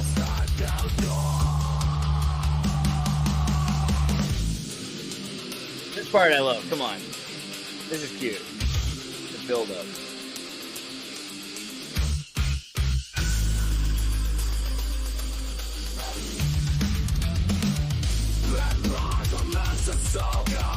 All right, I'll admit I wouldn't listen to too much progressive hardcore, but there's a point to that, which is there's a time that guy might want to slow down and sing some duets. There's two reasons I showed you that. Besides one being that someone asked, and there's a thing here where we play AI song if someone asks. One of them is that we talk about MK Ultra. There's this great use of illusion. You talk about inverting ley lines in temples. Can we invert the illusion? Can we invert the kymatics and take these back and make them positive? I mean, like, because that's a big thing I'm trying to do. If you've noticed with like the woo art, right? Do you think that that's a lost cause, or do you think that it's working? Well, I'm a big believer in spiritual judo. Taking what the enemy meant for evil and using it for good, or like taking their momentum and throwing them off balance. Look, I mean, it's just my preference. I don't like being screamed at when I'm listening to music. Yeah. I have better options. If I can't understand the lyrics, then I'm not interested in listening. So but that's my preference. But the thing is, what's interesting about it though is I really do like, ancient like Viking music. I like Native American music. I like tribal stuff. And I don't know the words. I just like the melody and I like the song, It's mantra. What's that? It's like a mantra, that feeling. Yeah, exactly. I feel you there. So, I like some Metallica. Yeah. So I think this is really interesting because a lot of people were going to think you were going to be a hardcore death metal skinhead who hated America. You know what I mean? And you're like a nice guy and my mom would love you kind of a thing. And so, and she'd like, oh, he doesn't like that music either. So I want to ask Jake, tell me, what's the last song that you found yourself enthusiastically singing along to? Yeah, that's true. Good question. Oh, I really like, I believe it's called, Dissension by Tool. I think that's, or Descending by Tool. Nice. I fucking love that song, dude. The lyrics are so freaking powerful. I also really like Numa by Tool. Zombie's really great. Anemia is awesome, even though it's kind of, the message is kind of dark, you know. But I think in particular with like Anemia, that song is about being disgusted with Hollywood. It's about being disgusted with Los Angeles and what it had become, the entertainment industry as a whole. But yeah, those are some. Like, I also really like Pink Floyd a lot. Like, that's my favorite band. Tool is number 2, but Pink Floyd's number 1, man. That's based. Out of respect for Thomas, he made this song. It's called Fake Ass January 6th. Please just face it. See how it place it. Been wearing kicks it. Black tongue got chasing. Shaman face painting. This fake ass J6. Yeah. This fake ass J6. Yeah. All right, I can get behind that. I feel like as long as it has a good point to it. And it has the lyric shaman face painting. I like that part. Yeah, I like that. I heard that. If you were going to talk to so people like my mom who would like otherwise love you, but don't understand what's going on with January 6th, could you, because you're so good at words, do you think you could explain to someone like a mom who's a DNC supporter, what would you say happened, and what would you say to them about, like, try to give them some data, you know, or help? Well, let's start with if they're on the left.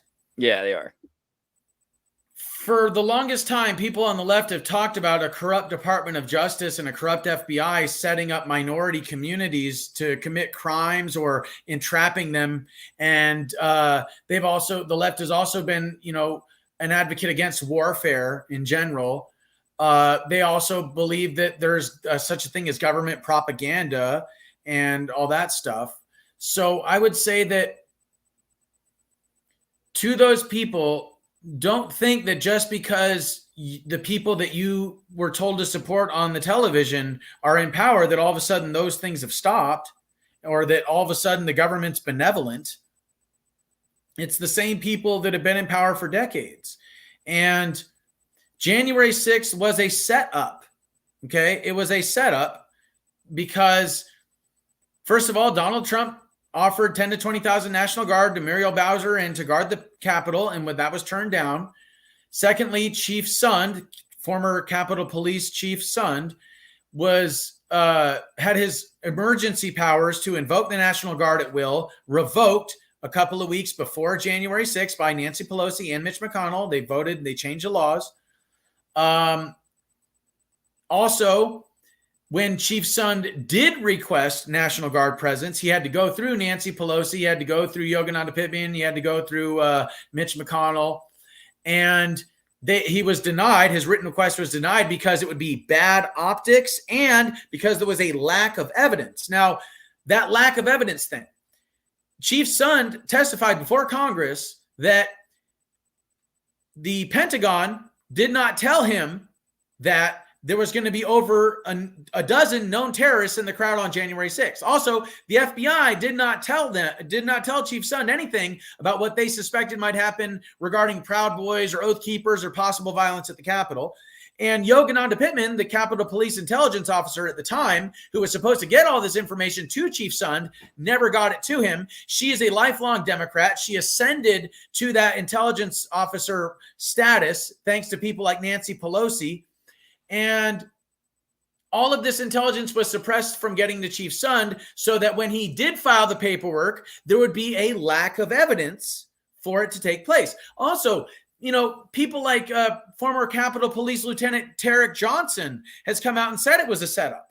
He's also come out and said that Capitol Police has become a strong arm for the Democrat Party. There's also Metropolitan Police on camera showing them saying that it was a setup, that they were set the fuck up. There's also the video evidence where you got somebody that was handcuffed, covered like with a mask and a hat and glasses, handcuffed inside the Capitol. And the police take him over away from the crowd. They undo the handcuffs and then they give him a fist bump. The hell's up with that, right? The police literally shot tear gas and concussion grenades and like pepper bullets and rubber bullets into a peaceful crowd, and thus chaos ensued. Then afterward, well, and also there's the whole thing with the pipe bomber. There's nothing about the pipe bomber. The person that it created the gallows that was brought to the Capitol, there's no arrest there.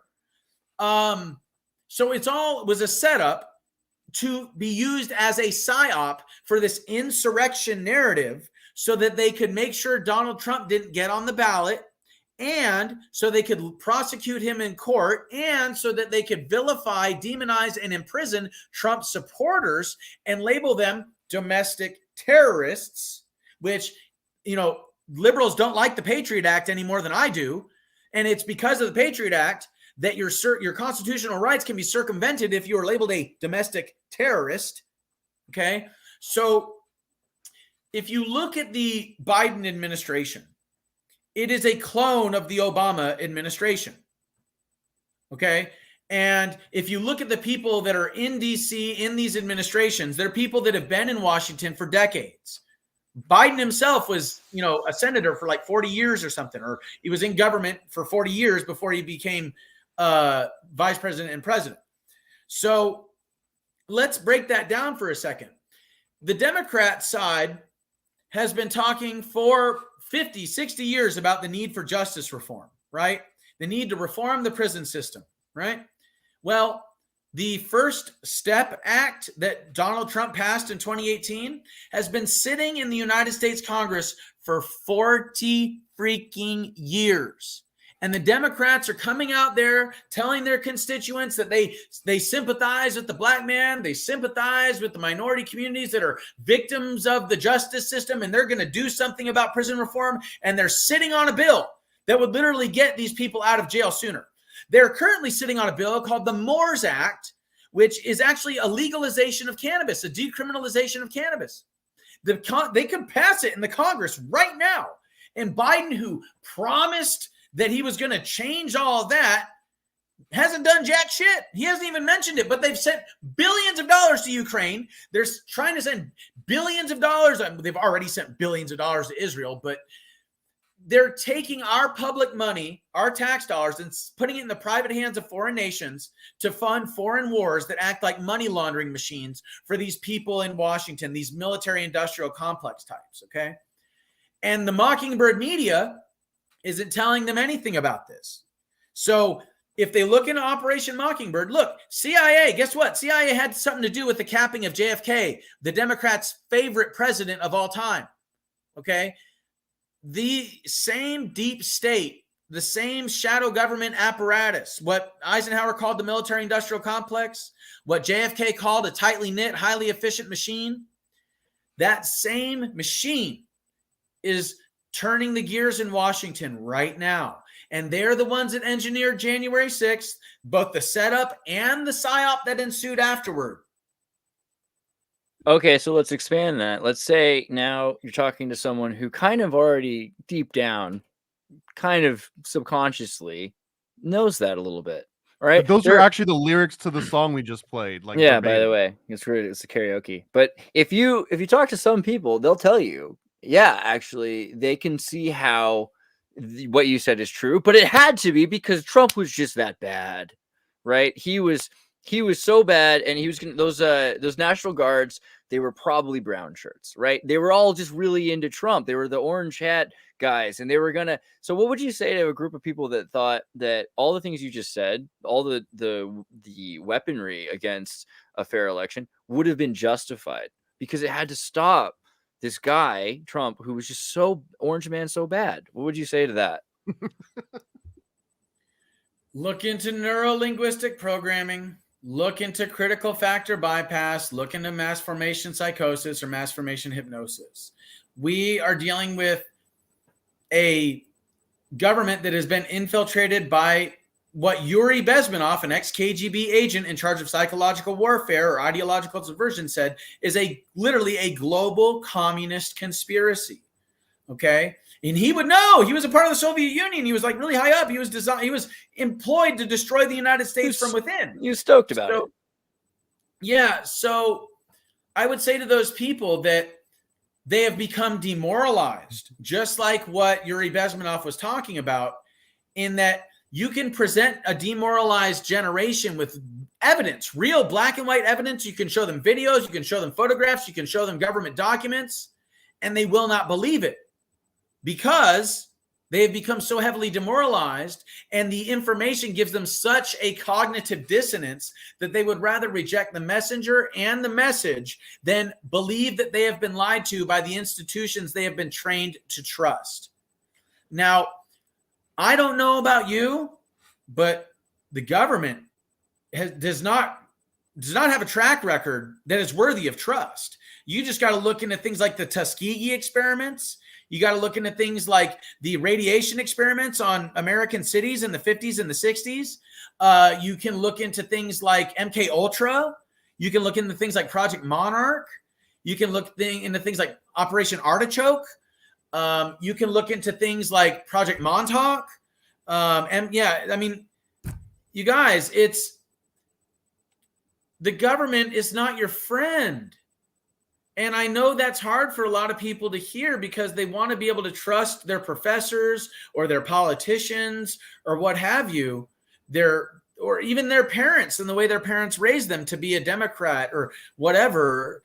Or like, you can't trust the TV. Like, it's at this point a cliche. Oh, you believe what you see on TV? You know, but there are people that really do. And way back in like the 50s and the 60s, there are people that were calling like the film studio and screaming at them because they wanted to know why it is that the people on Gilligan's Island weren't being rescued. Like that is the level of indoctrination that we're dealing with some of these people today. They believe what they see on TV. It makes like, me and this is the final point I'll make. If this person has watched this whole interview, right, and they started out with a certain opinion of me, and then based on what it is that I've said, they've come to find that the opinion that they had of me was a manufactured one based on propaganda. If they lied about me so extensively and so intensely, then what else have they lied to you about for decades?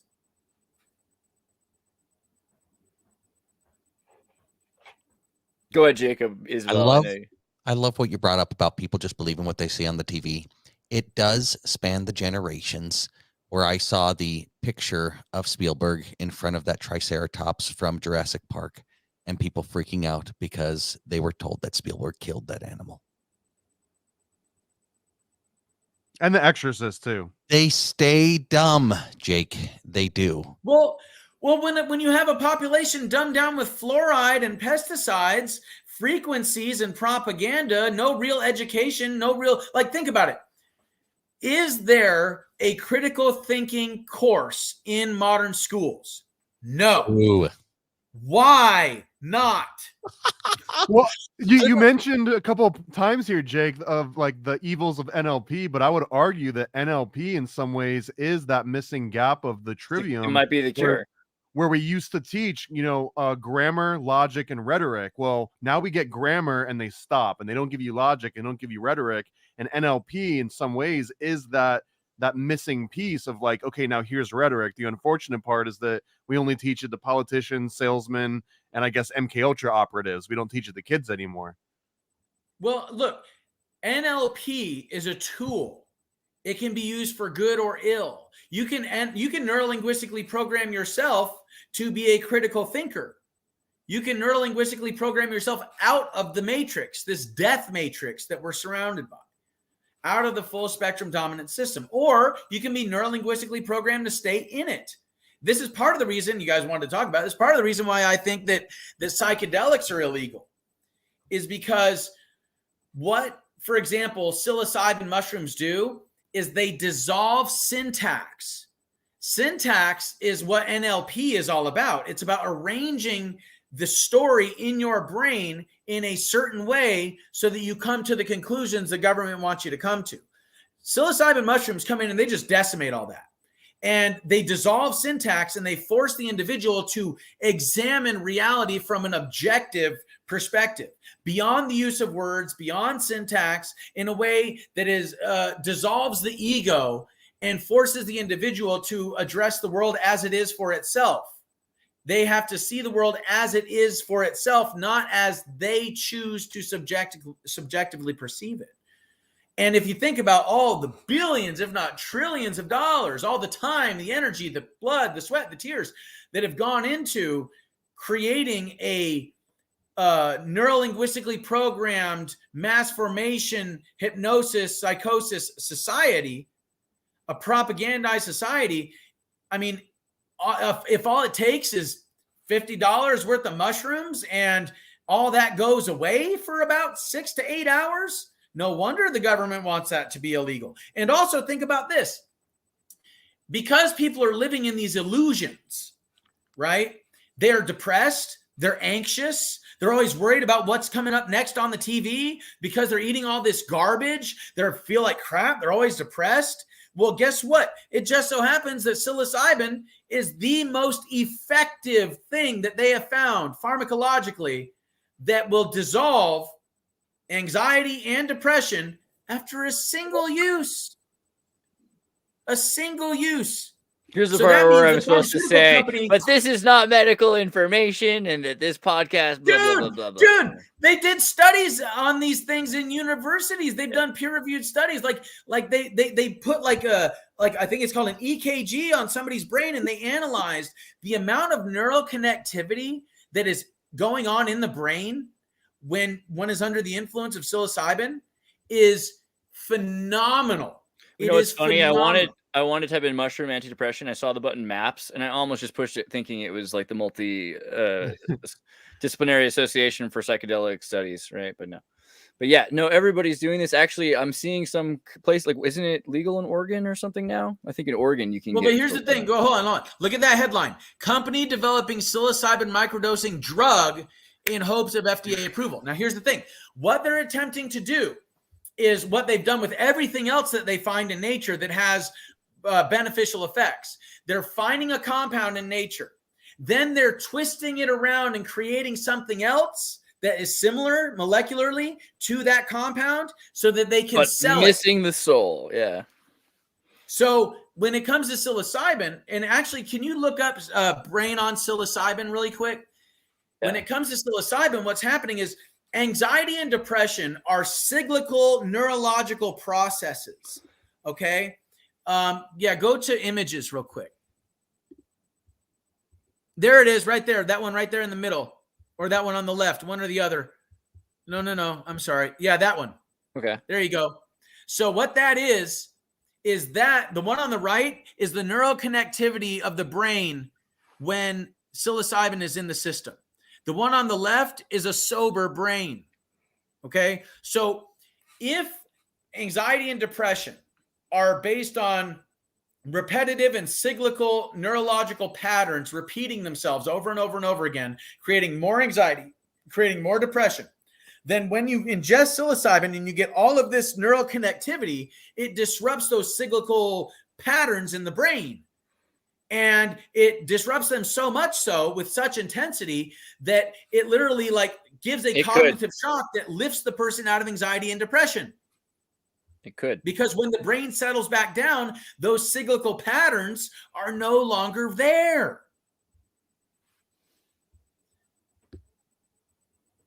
And I wanted to bring up early, when we brought this up early on, I wanted to ask from, I guess, a shaman themselves, because I'm endlessly fascinated about, like, people draw this line in the sand. Like, if I go to a spiritual journey in Peru and I go and I do the ayahuasca retreat and, like, they're chanting around me and I do the fasting and everything, how different is that from, like, I just go and grab a DMT vape cart from someone at the docks and, you know, vape away while I'm playing like Grand Theft Auto? Are we talking worlds of difference, or? Worlds of difference. It's a tool.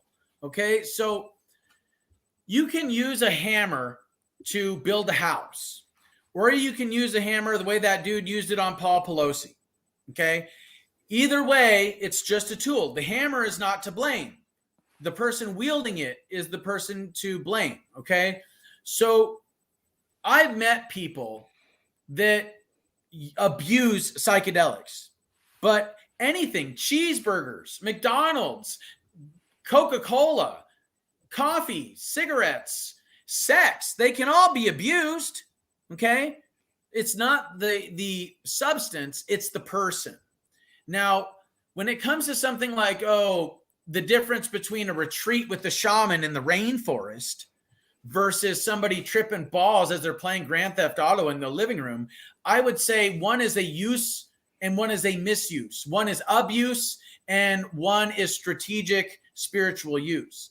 I think that when it comes to things like smoking dimethyltryptamine while you're good luck playing Grand Theft Auto, you know, right? But I think of the gatekeeping of like the Catholic Church, where it's like, no. We know how God wants to talk to you. Like, follow these rules. He doesn't want you to vape and play GTA. He wants you to go onto a canoe and like lay down on. Well, I understand what you're saying, dude, but let me ask you this. Have you ever had a really, really intense psychedelic experience before? Yeah. Okay, what was the substance? It was probably mushrooms. It was psilocybin. Okay, mushrooms. what's the amount? Oh Jesus, 5 to 7 grams. Okay, a we're whole talking bag. now. Okay. I didn't know what I was Now- doing. Okay, now it's so funny. This song is playing. I don't know if you guys can hear the circus-like music playing in the background, but it reminds me of that scene in Fear and Loathing in Las Vegas where they're in Bazooko's circus and they're tripping balls on mescaline, and his attorney starts getting the fear, you know, and then he asks, lizard you know, people. that waits. What's that? They're lizard people. Yeah. Oh yeah, or that was acid. But I'm talking about in Bazooko's circus where, you know, he's on the merry-go-round and he's trying to get off. And when's it gonna stop? Stop it! You know, and he's like freaking out and holding on to the bar as it's going around, you know? Yeah. And so They don't jive well. well, no. And so the thing is about psychedelics, set and setting are vital. And anybody that's playing Grand Theft Auto, tripping balls in their living room it's almost like using a guitar to dig a hole in the ground. Well, could I invert that and say that you go to the you know, the Peruvian rainforest and you go through the ritual, but then inside that gazebo you flick on a GTA 6 and you play it there, versus you go back home and you've got like the perfect set and setting, but you're using a vape pen. Like, I guess I'm trying to figure out like the I don't think versus... GTA 6 is the answer to Ascension. Look, you don't know that though. True. None of us know that. The thing is what you got to remember about the stuff that happens in the Amazon is that there is a process that an individual goes through before the ingestion of these sacred sacraments. And that process is essential to ensure the highest level of spiritual growth. If you're concentrating on Grand Theft Auto while you're twiddling your thumbs and doing so because it has pretty colors and, you know, cool stuff around, then you are, in my opinion, misusing the tool. Because what you're supposed to do is do things like prayers and fasting for 2 to 3 days before you go there. And when you go there, you're supposed to, what I do is I would always put earplugs in and I would take the hit and then I would lay down, I'd close my eyes and get in a breathing trance-like state.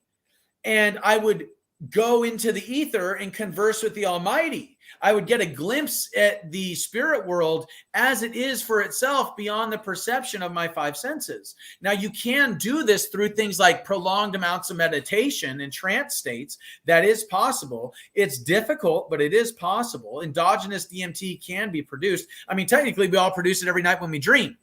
So becoming a lucid dreamer is like endogenous DMT tripping, doing so consciously. Jacob does DMT in his dreams. Sorry. We all do. What, me? I'm telling the whole ward. Can I ask Jake if Silo will be like Leary operation, tune in, drop out, happy compilers, liberal microdosing are happy with Biden? I would throw in a Grateful Dead CIA reference there too, but you get her point? Yeah. So there's a reason why I think that they're trying to get people to microdose instead of macrodose. Yeah, because macrodoses just basically pull you out of the matrix. Microdosing is, you could get the same benefits from taking lion's mane mushrooms. You know, what you're using the microdose of psilocybin for is what are called the nootropic capabilities. Okay. Right. Nootropics is where is a vitamin that creates new neurons in the brain and increased neural connectivity. and hormones, but you're also developing a psychoactive tolerance to any sort and that too. So even like, you know, whenever you would take larger amounts, you would be tolerant to it. I personally think macro dosing is far superior than micro.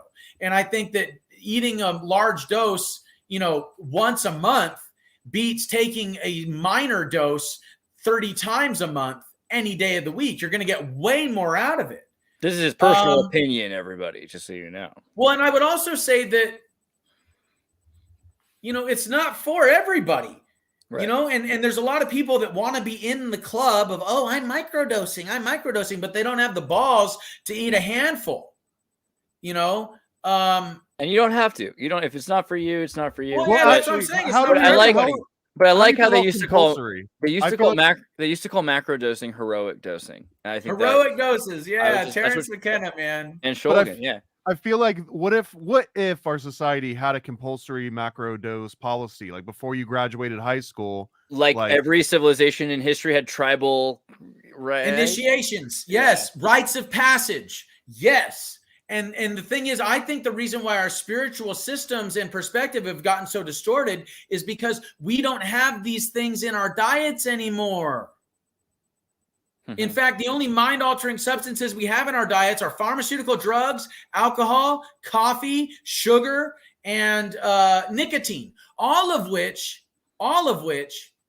actually in one way or another suppress thoughts, emotions, inhibit cognitive function, create altered states of consciousness that are addictive and destructive to the body. So, you know, peyote, mushrooms, ayahuasca, even cannabis, for God's sake, these things have the capacity to just completely alter a person's view of reality, because it's akin to changing the radio dial inside their mind to a different frequency. And now they're able to look at reality from like the 30,000 foot view. Whereas before they were lost in the weeds inside the canyon. Now they're on top of the mountain looking inside the canyon going, holy shit, I really was lost, wasn't I? But and that's why, and that's really quick. And that's why doing things the right way, the shamanic way, are the way to go. Believe me, I tried to use psilocybin to party. It does not work. It does not work out well. It's not a fan of that. Have you ever tried salvia, Jake? What's that? Have you ever tried salvia? Oh, yeah. Oh, yeah. I don't like extract. The salvia leaves are okay, but I don't like the extract. When someone's like, I don't want to do it at a party, my mind goes right to salvia. Like, you want to go home in like a dark closet. Jake, well, Jake, you you're also one of the don't, few you people also I don't know. want to do salvia alone, because I saw a video where this guy like freaked out and then like literally climbed out, like burst through his 2-story window. That's like the video that got it banned in but states. So I feel like salvia does that because it doesn't like being disrespected. I was aware of that at a very young age. Like people are buying this on the internet and they don't know what it's for because it's legal, quote unquote, whatever that means, like morally okay with your society because you don't have propaganda against it yet in your Mockingbird media. But when people disrespected it, all of a sudden it changed. It was like, wow, I don't want you guys on my realm, and started throwing people out, literally turning the reality sideways. So people were falling away from the thing. I felt like a lot of people were experiencing that. Jake, do you feel like you had a respectful encounter with salvia ever? You know, where they liked you back? Random question, but I'm curious. I'll say I did it enough times to know I didn't like it, and it wasn't my medicine. I had one encounter with the psilocybin that made it very clear, hey, you are not doing this right. You are being disrespectful, and I'm going to show you what I can do to you. I'm going to make you beg for mercy. And then is you will learn your lesson, because I am not to be trifled with. I'm not your LSD. I'm not your cannabis. Motherfucker, you're going to show some respect. And once I experienced that, that was really what kind of catapulted me onto a far more intense shamanic path, because I understood that these things are tools. They are meant to be respected. And in many cases, if you look into shamanism, they say that these things are plant teachers, plant spirits, right? That there is like an entity within the peyote, within the ayahuasca. They call it Mother Ayahuasca for a reason. There's an entity within the mushroom Yeah. And when you go there, yes, it's like right? What's that? Mary the Shepherdess is the female. Well, yeah. In salvia. with salvia, it was the eyes of the shepherdess. Because the shepherdess doesn't exist in their culture, so it was like the eyes through which you could see the unseen. Ibogaine is another good example. Even cannabis can be really intense for some people. So that's why the shamanic process is essential, because if you don't do the shamanic process and you just say, sit around smoking DMT while you play Grand Theft Auto, then it will warp your mind. It will warp your psyche in a way that may not be the best for you when you sober up. And it can end up having detrimental effects long-term. But the Not opposite so could much be true, physiologically, right? but psychologically. Hypothetically, the opposite could also be true. Thomas is like, so you're telling me there's a chance? Okay. I really do think that, and this is, I know I'm a weirdo for this, but I think if you fully embrace yourself in just like pure propaganda, Disney movies, GTA, Mountain Dew, and a Big Mac, you can still use psychedelics and use all those tools to reach the same type of enlightenment that somebody that went out into the woods and only ate lion's mane for a month got to. I disagree. And let me tell you why. The chemicals that are in all of those products that you just mentioned are very low frequency chemicals. And when they are abundant in the body, they lower the frequency of the body. They lower the amount of neural connectivity that's possible in the brain. And there's no way to get to the heightened states of consciousness that I'm talking about with those substances in your body. But you don't want too much neural connectivity, because now we're talking about dementia and Alzheimer's, which essentially are like, in some ways, perpetual states of hallucination because your body is overcompensating for the lack of receptors. But they so did find more and more. But we're talking about two totally different things, because Alzheimer's and dementia are the degradation of brain tissue and neurons. Well, yeah, right. Brain. But the degradation, what ends up happening is that you have less receptors, so your body starts producing more of the things that should be getting attached to the receptors, and now you're just like constantly high all the time because your body is creating this crazy abundance to overcompensate for its lack to absorb things.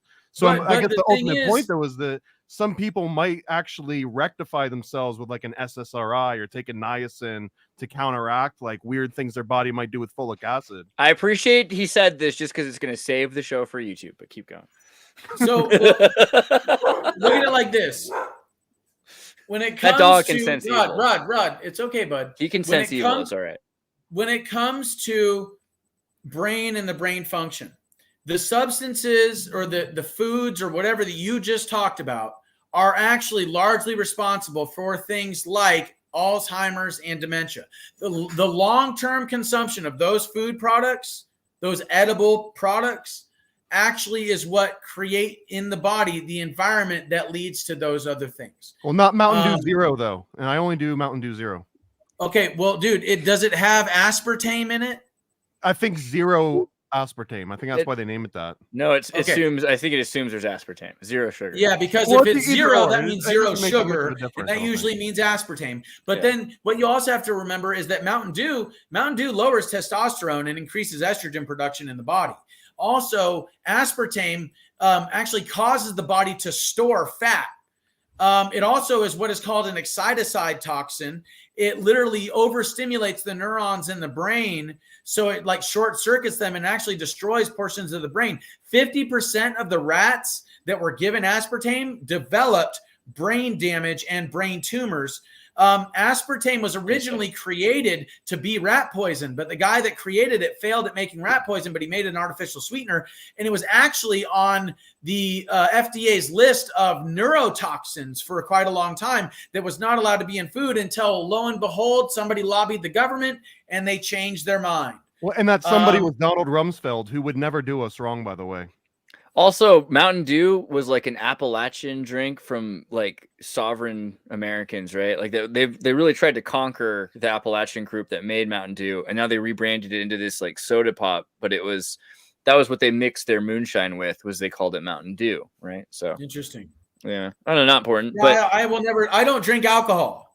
Good. I don't drink alcohol. Our Mormon friends will love you. You know. Some of Well, them. they might not. Some I've of asked them. Mormons that come knocking at my door how they feel about things like, psilocybin mushrooms and peyote and cannabis, and They love it. You They know, just don't Half know of the yet, but they Mormons love are it. like they think Joseph Smith ate Amina Mascara. There's rough stone rolling Mormons. They're calling them now. Yeah. So There's a big change up in the Mormon community. Them's my people. you're frozen, but that's all right. Jacob, we're at like 2 hours deep, so I kind of I'm want to. actually just a disembodied spirit at this point. That's so celestial. Do you guys, Thomas and Jacob, have questions for Jake before I let him go? Because I know he could talk for 9 hours because he's based, but Jake, I think hit us with the spiritual roadmap to success. Conquering these demons and these bad frequencies. Channel that. you are so juxtaposed to your stoic face right now. It's blowing my mind. I told you, I'm a disembodied spirit. I'll say that pure thoughts, pure intentions, pure food, pure water, prayer, meditation, maybe even if you're inclined to do so, working out, running, yoga, Tai Chi, Qigong. I would also say all those things in combination have a synergistic effect that when you do all of them together repeatedly over and over and over again and develop those habits, then you really gain profound spiritual growth. And it can get to a point to where it's exponential. And that is the point that you want to get to, is where it's exponential growth. You've almost like broken through and like break on through to the other side, right?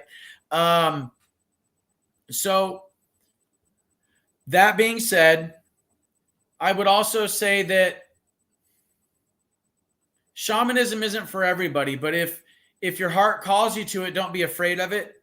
Psychedelics are not for everybody, but if it crosses your path and if you find the courage and you're in the right set and setting, the right environment, then don't be afraid. And that also goes for cannabis as well.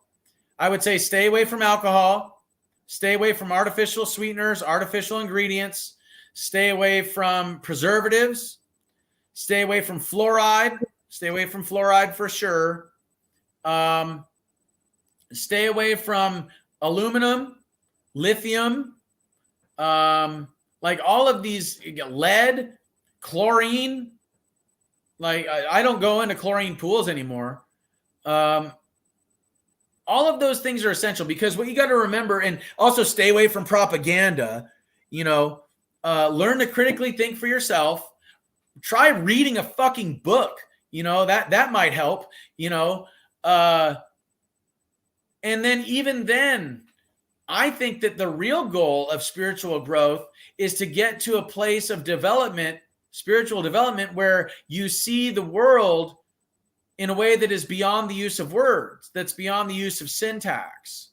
And then at that point, you're talking about almost like ego death and the integration of your consciousness into the unified field, into the omnipresent source, which there are certain terms within yogic tradition for that experience. Is called samadhi.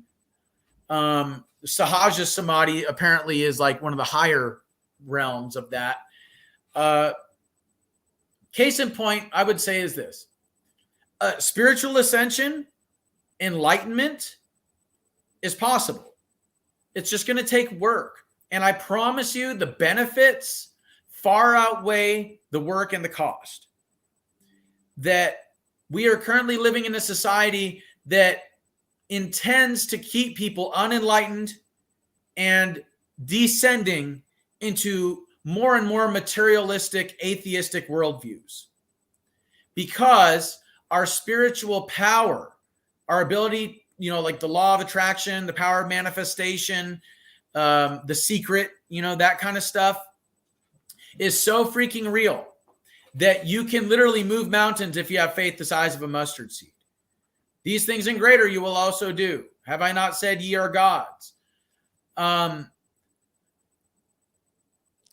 Religion, politics, these things need to be discussed at the dinner table.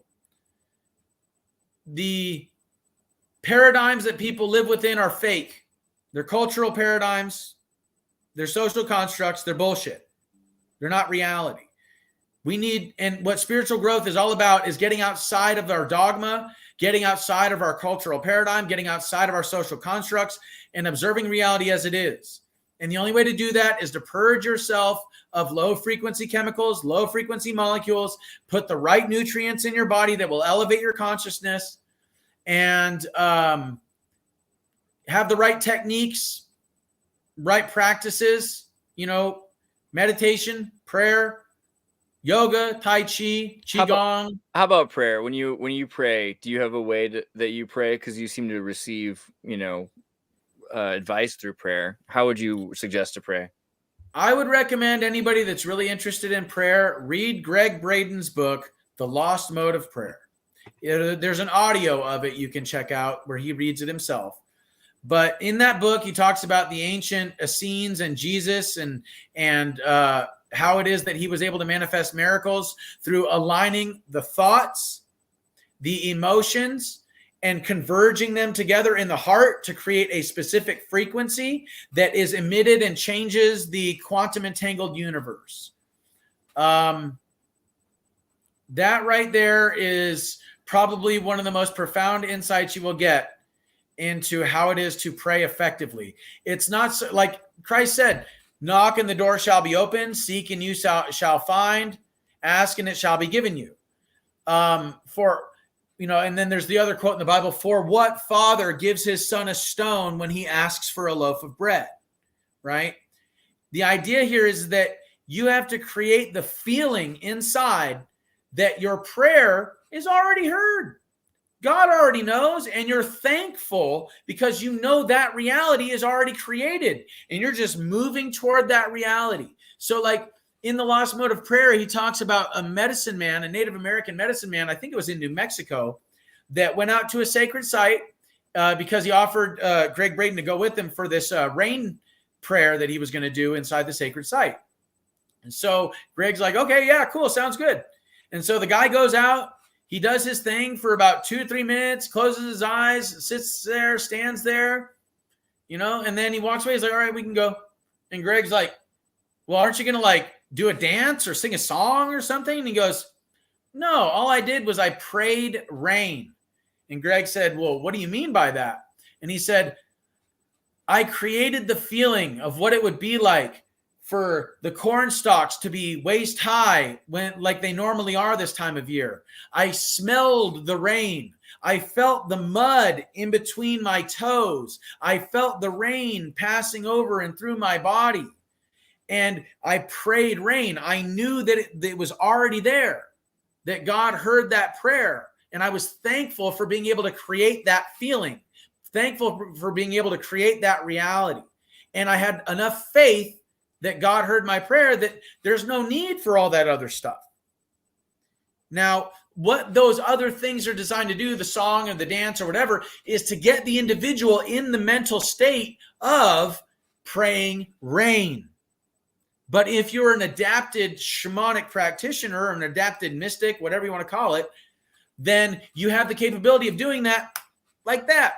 Snap of a finger, like, oh, yeah, I'll just get in that state. Oh, I know that state. All right. Yeah, that's cool. Okay.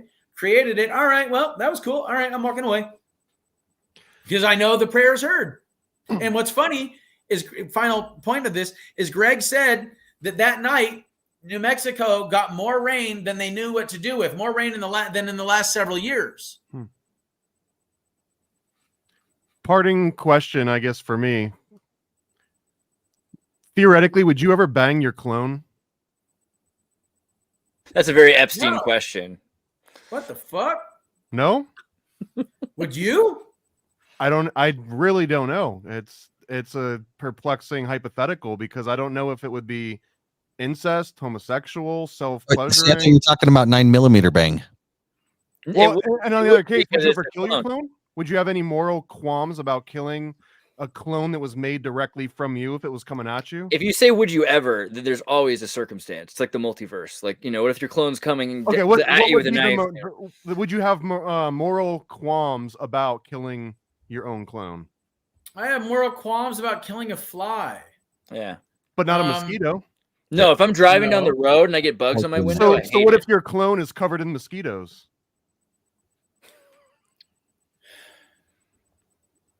Have you ever seen the movie The Prestige?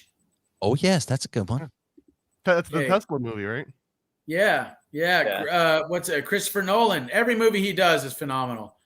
Love his work. I honestly think like probably the best director, movie producer of our time, to be perfectly honest with you.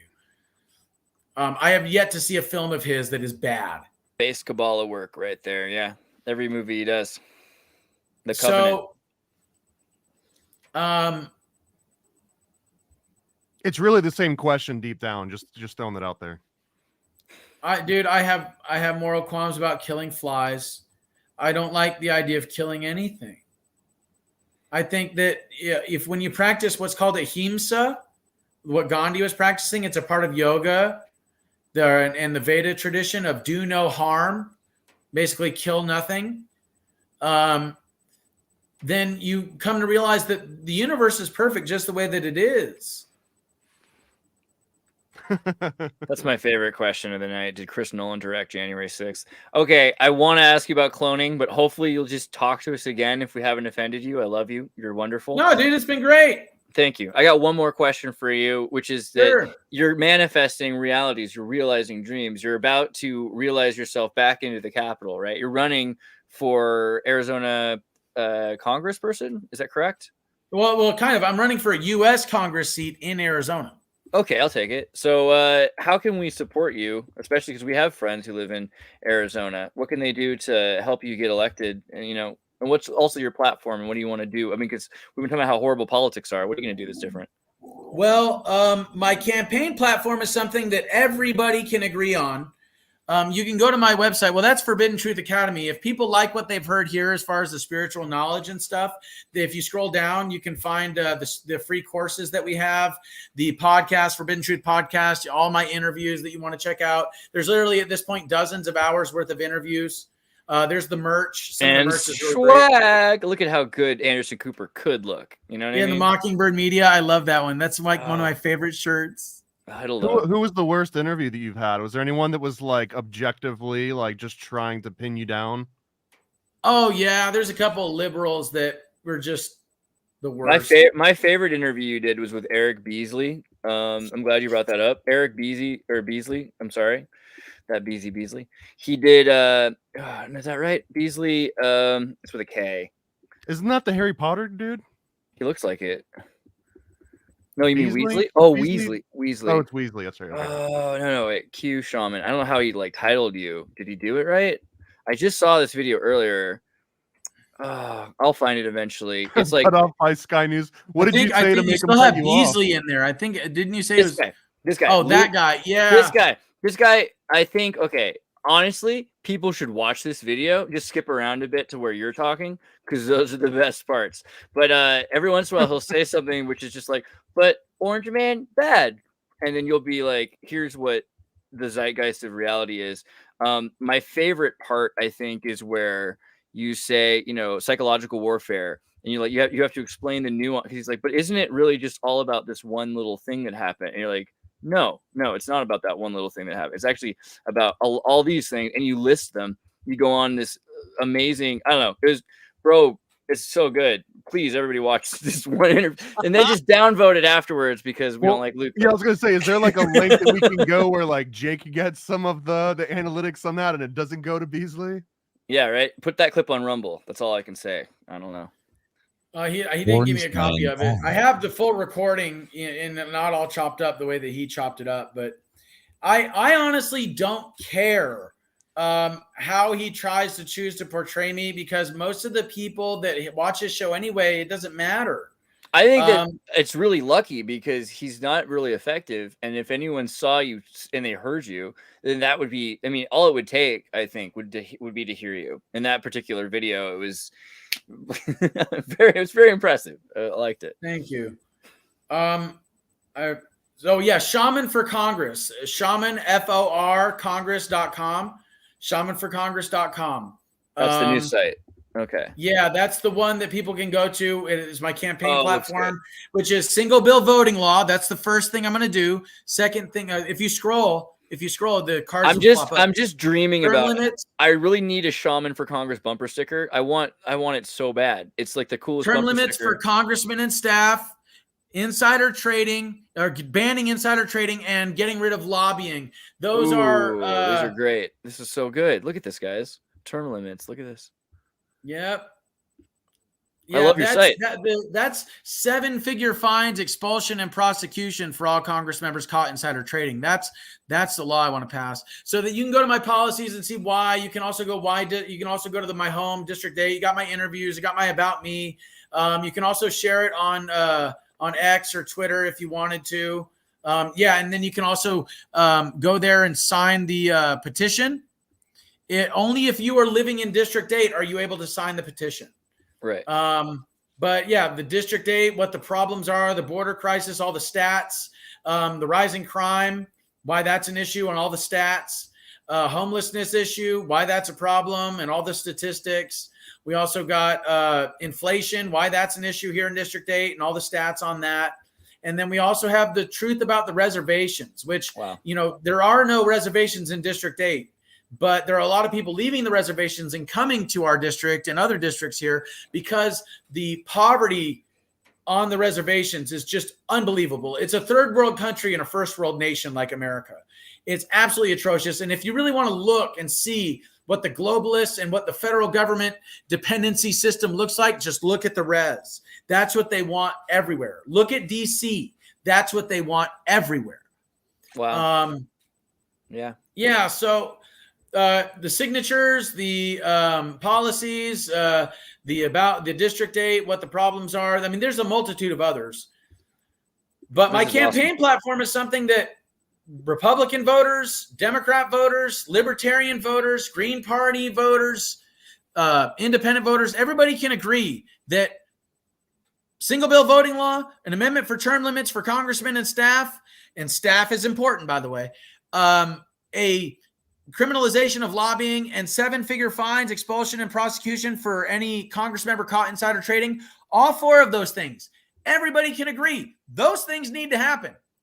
They have needed to happen for a long freaking time.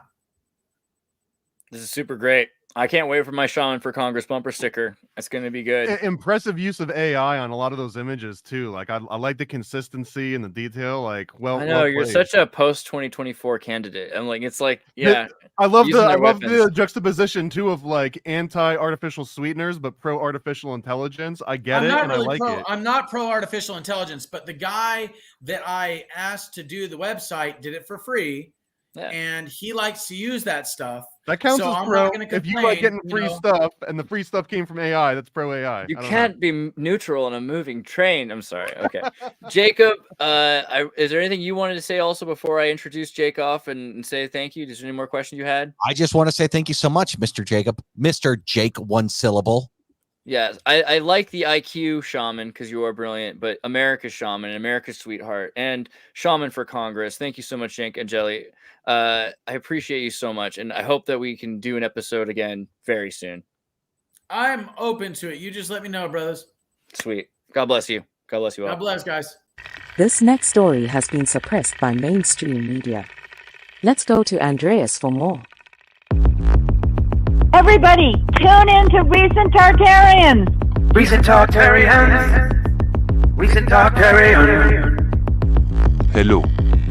Welcome to the Exators. Tune in for another exciting episode of wonder, imagination, and discovery. Recent Tartarians. Она образует всеобщие закономерности, определяющие законы классической физики для нашего Sometimes I мира. look at the moon and just think, the skin's beautiful. Baby, when I met you, there was peace unknown. Что касается энергии наномер, то она превышает ядерную в немыслимое число раз. 10 в 74 степени. That's it. That's it. That's it. With your arms now. That's it. That's it.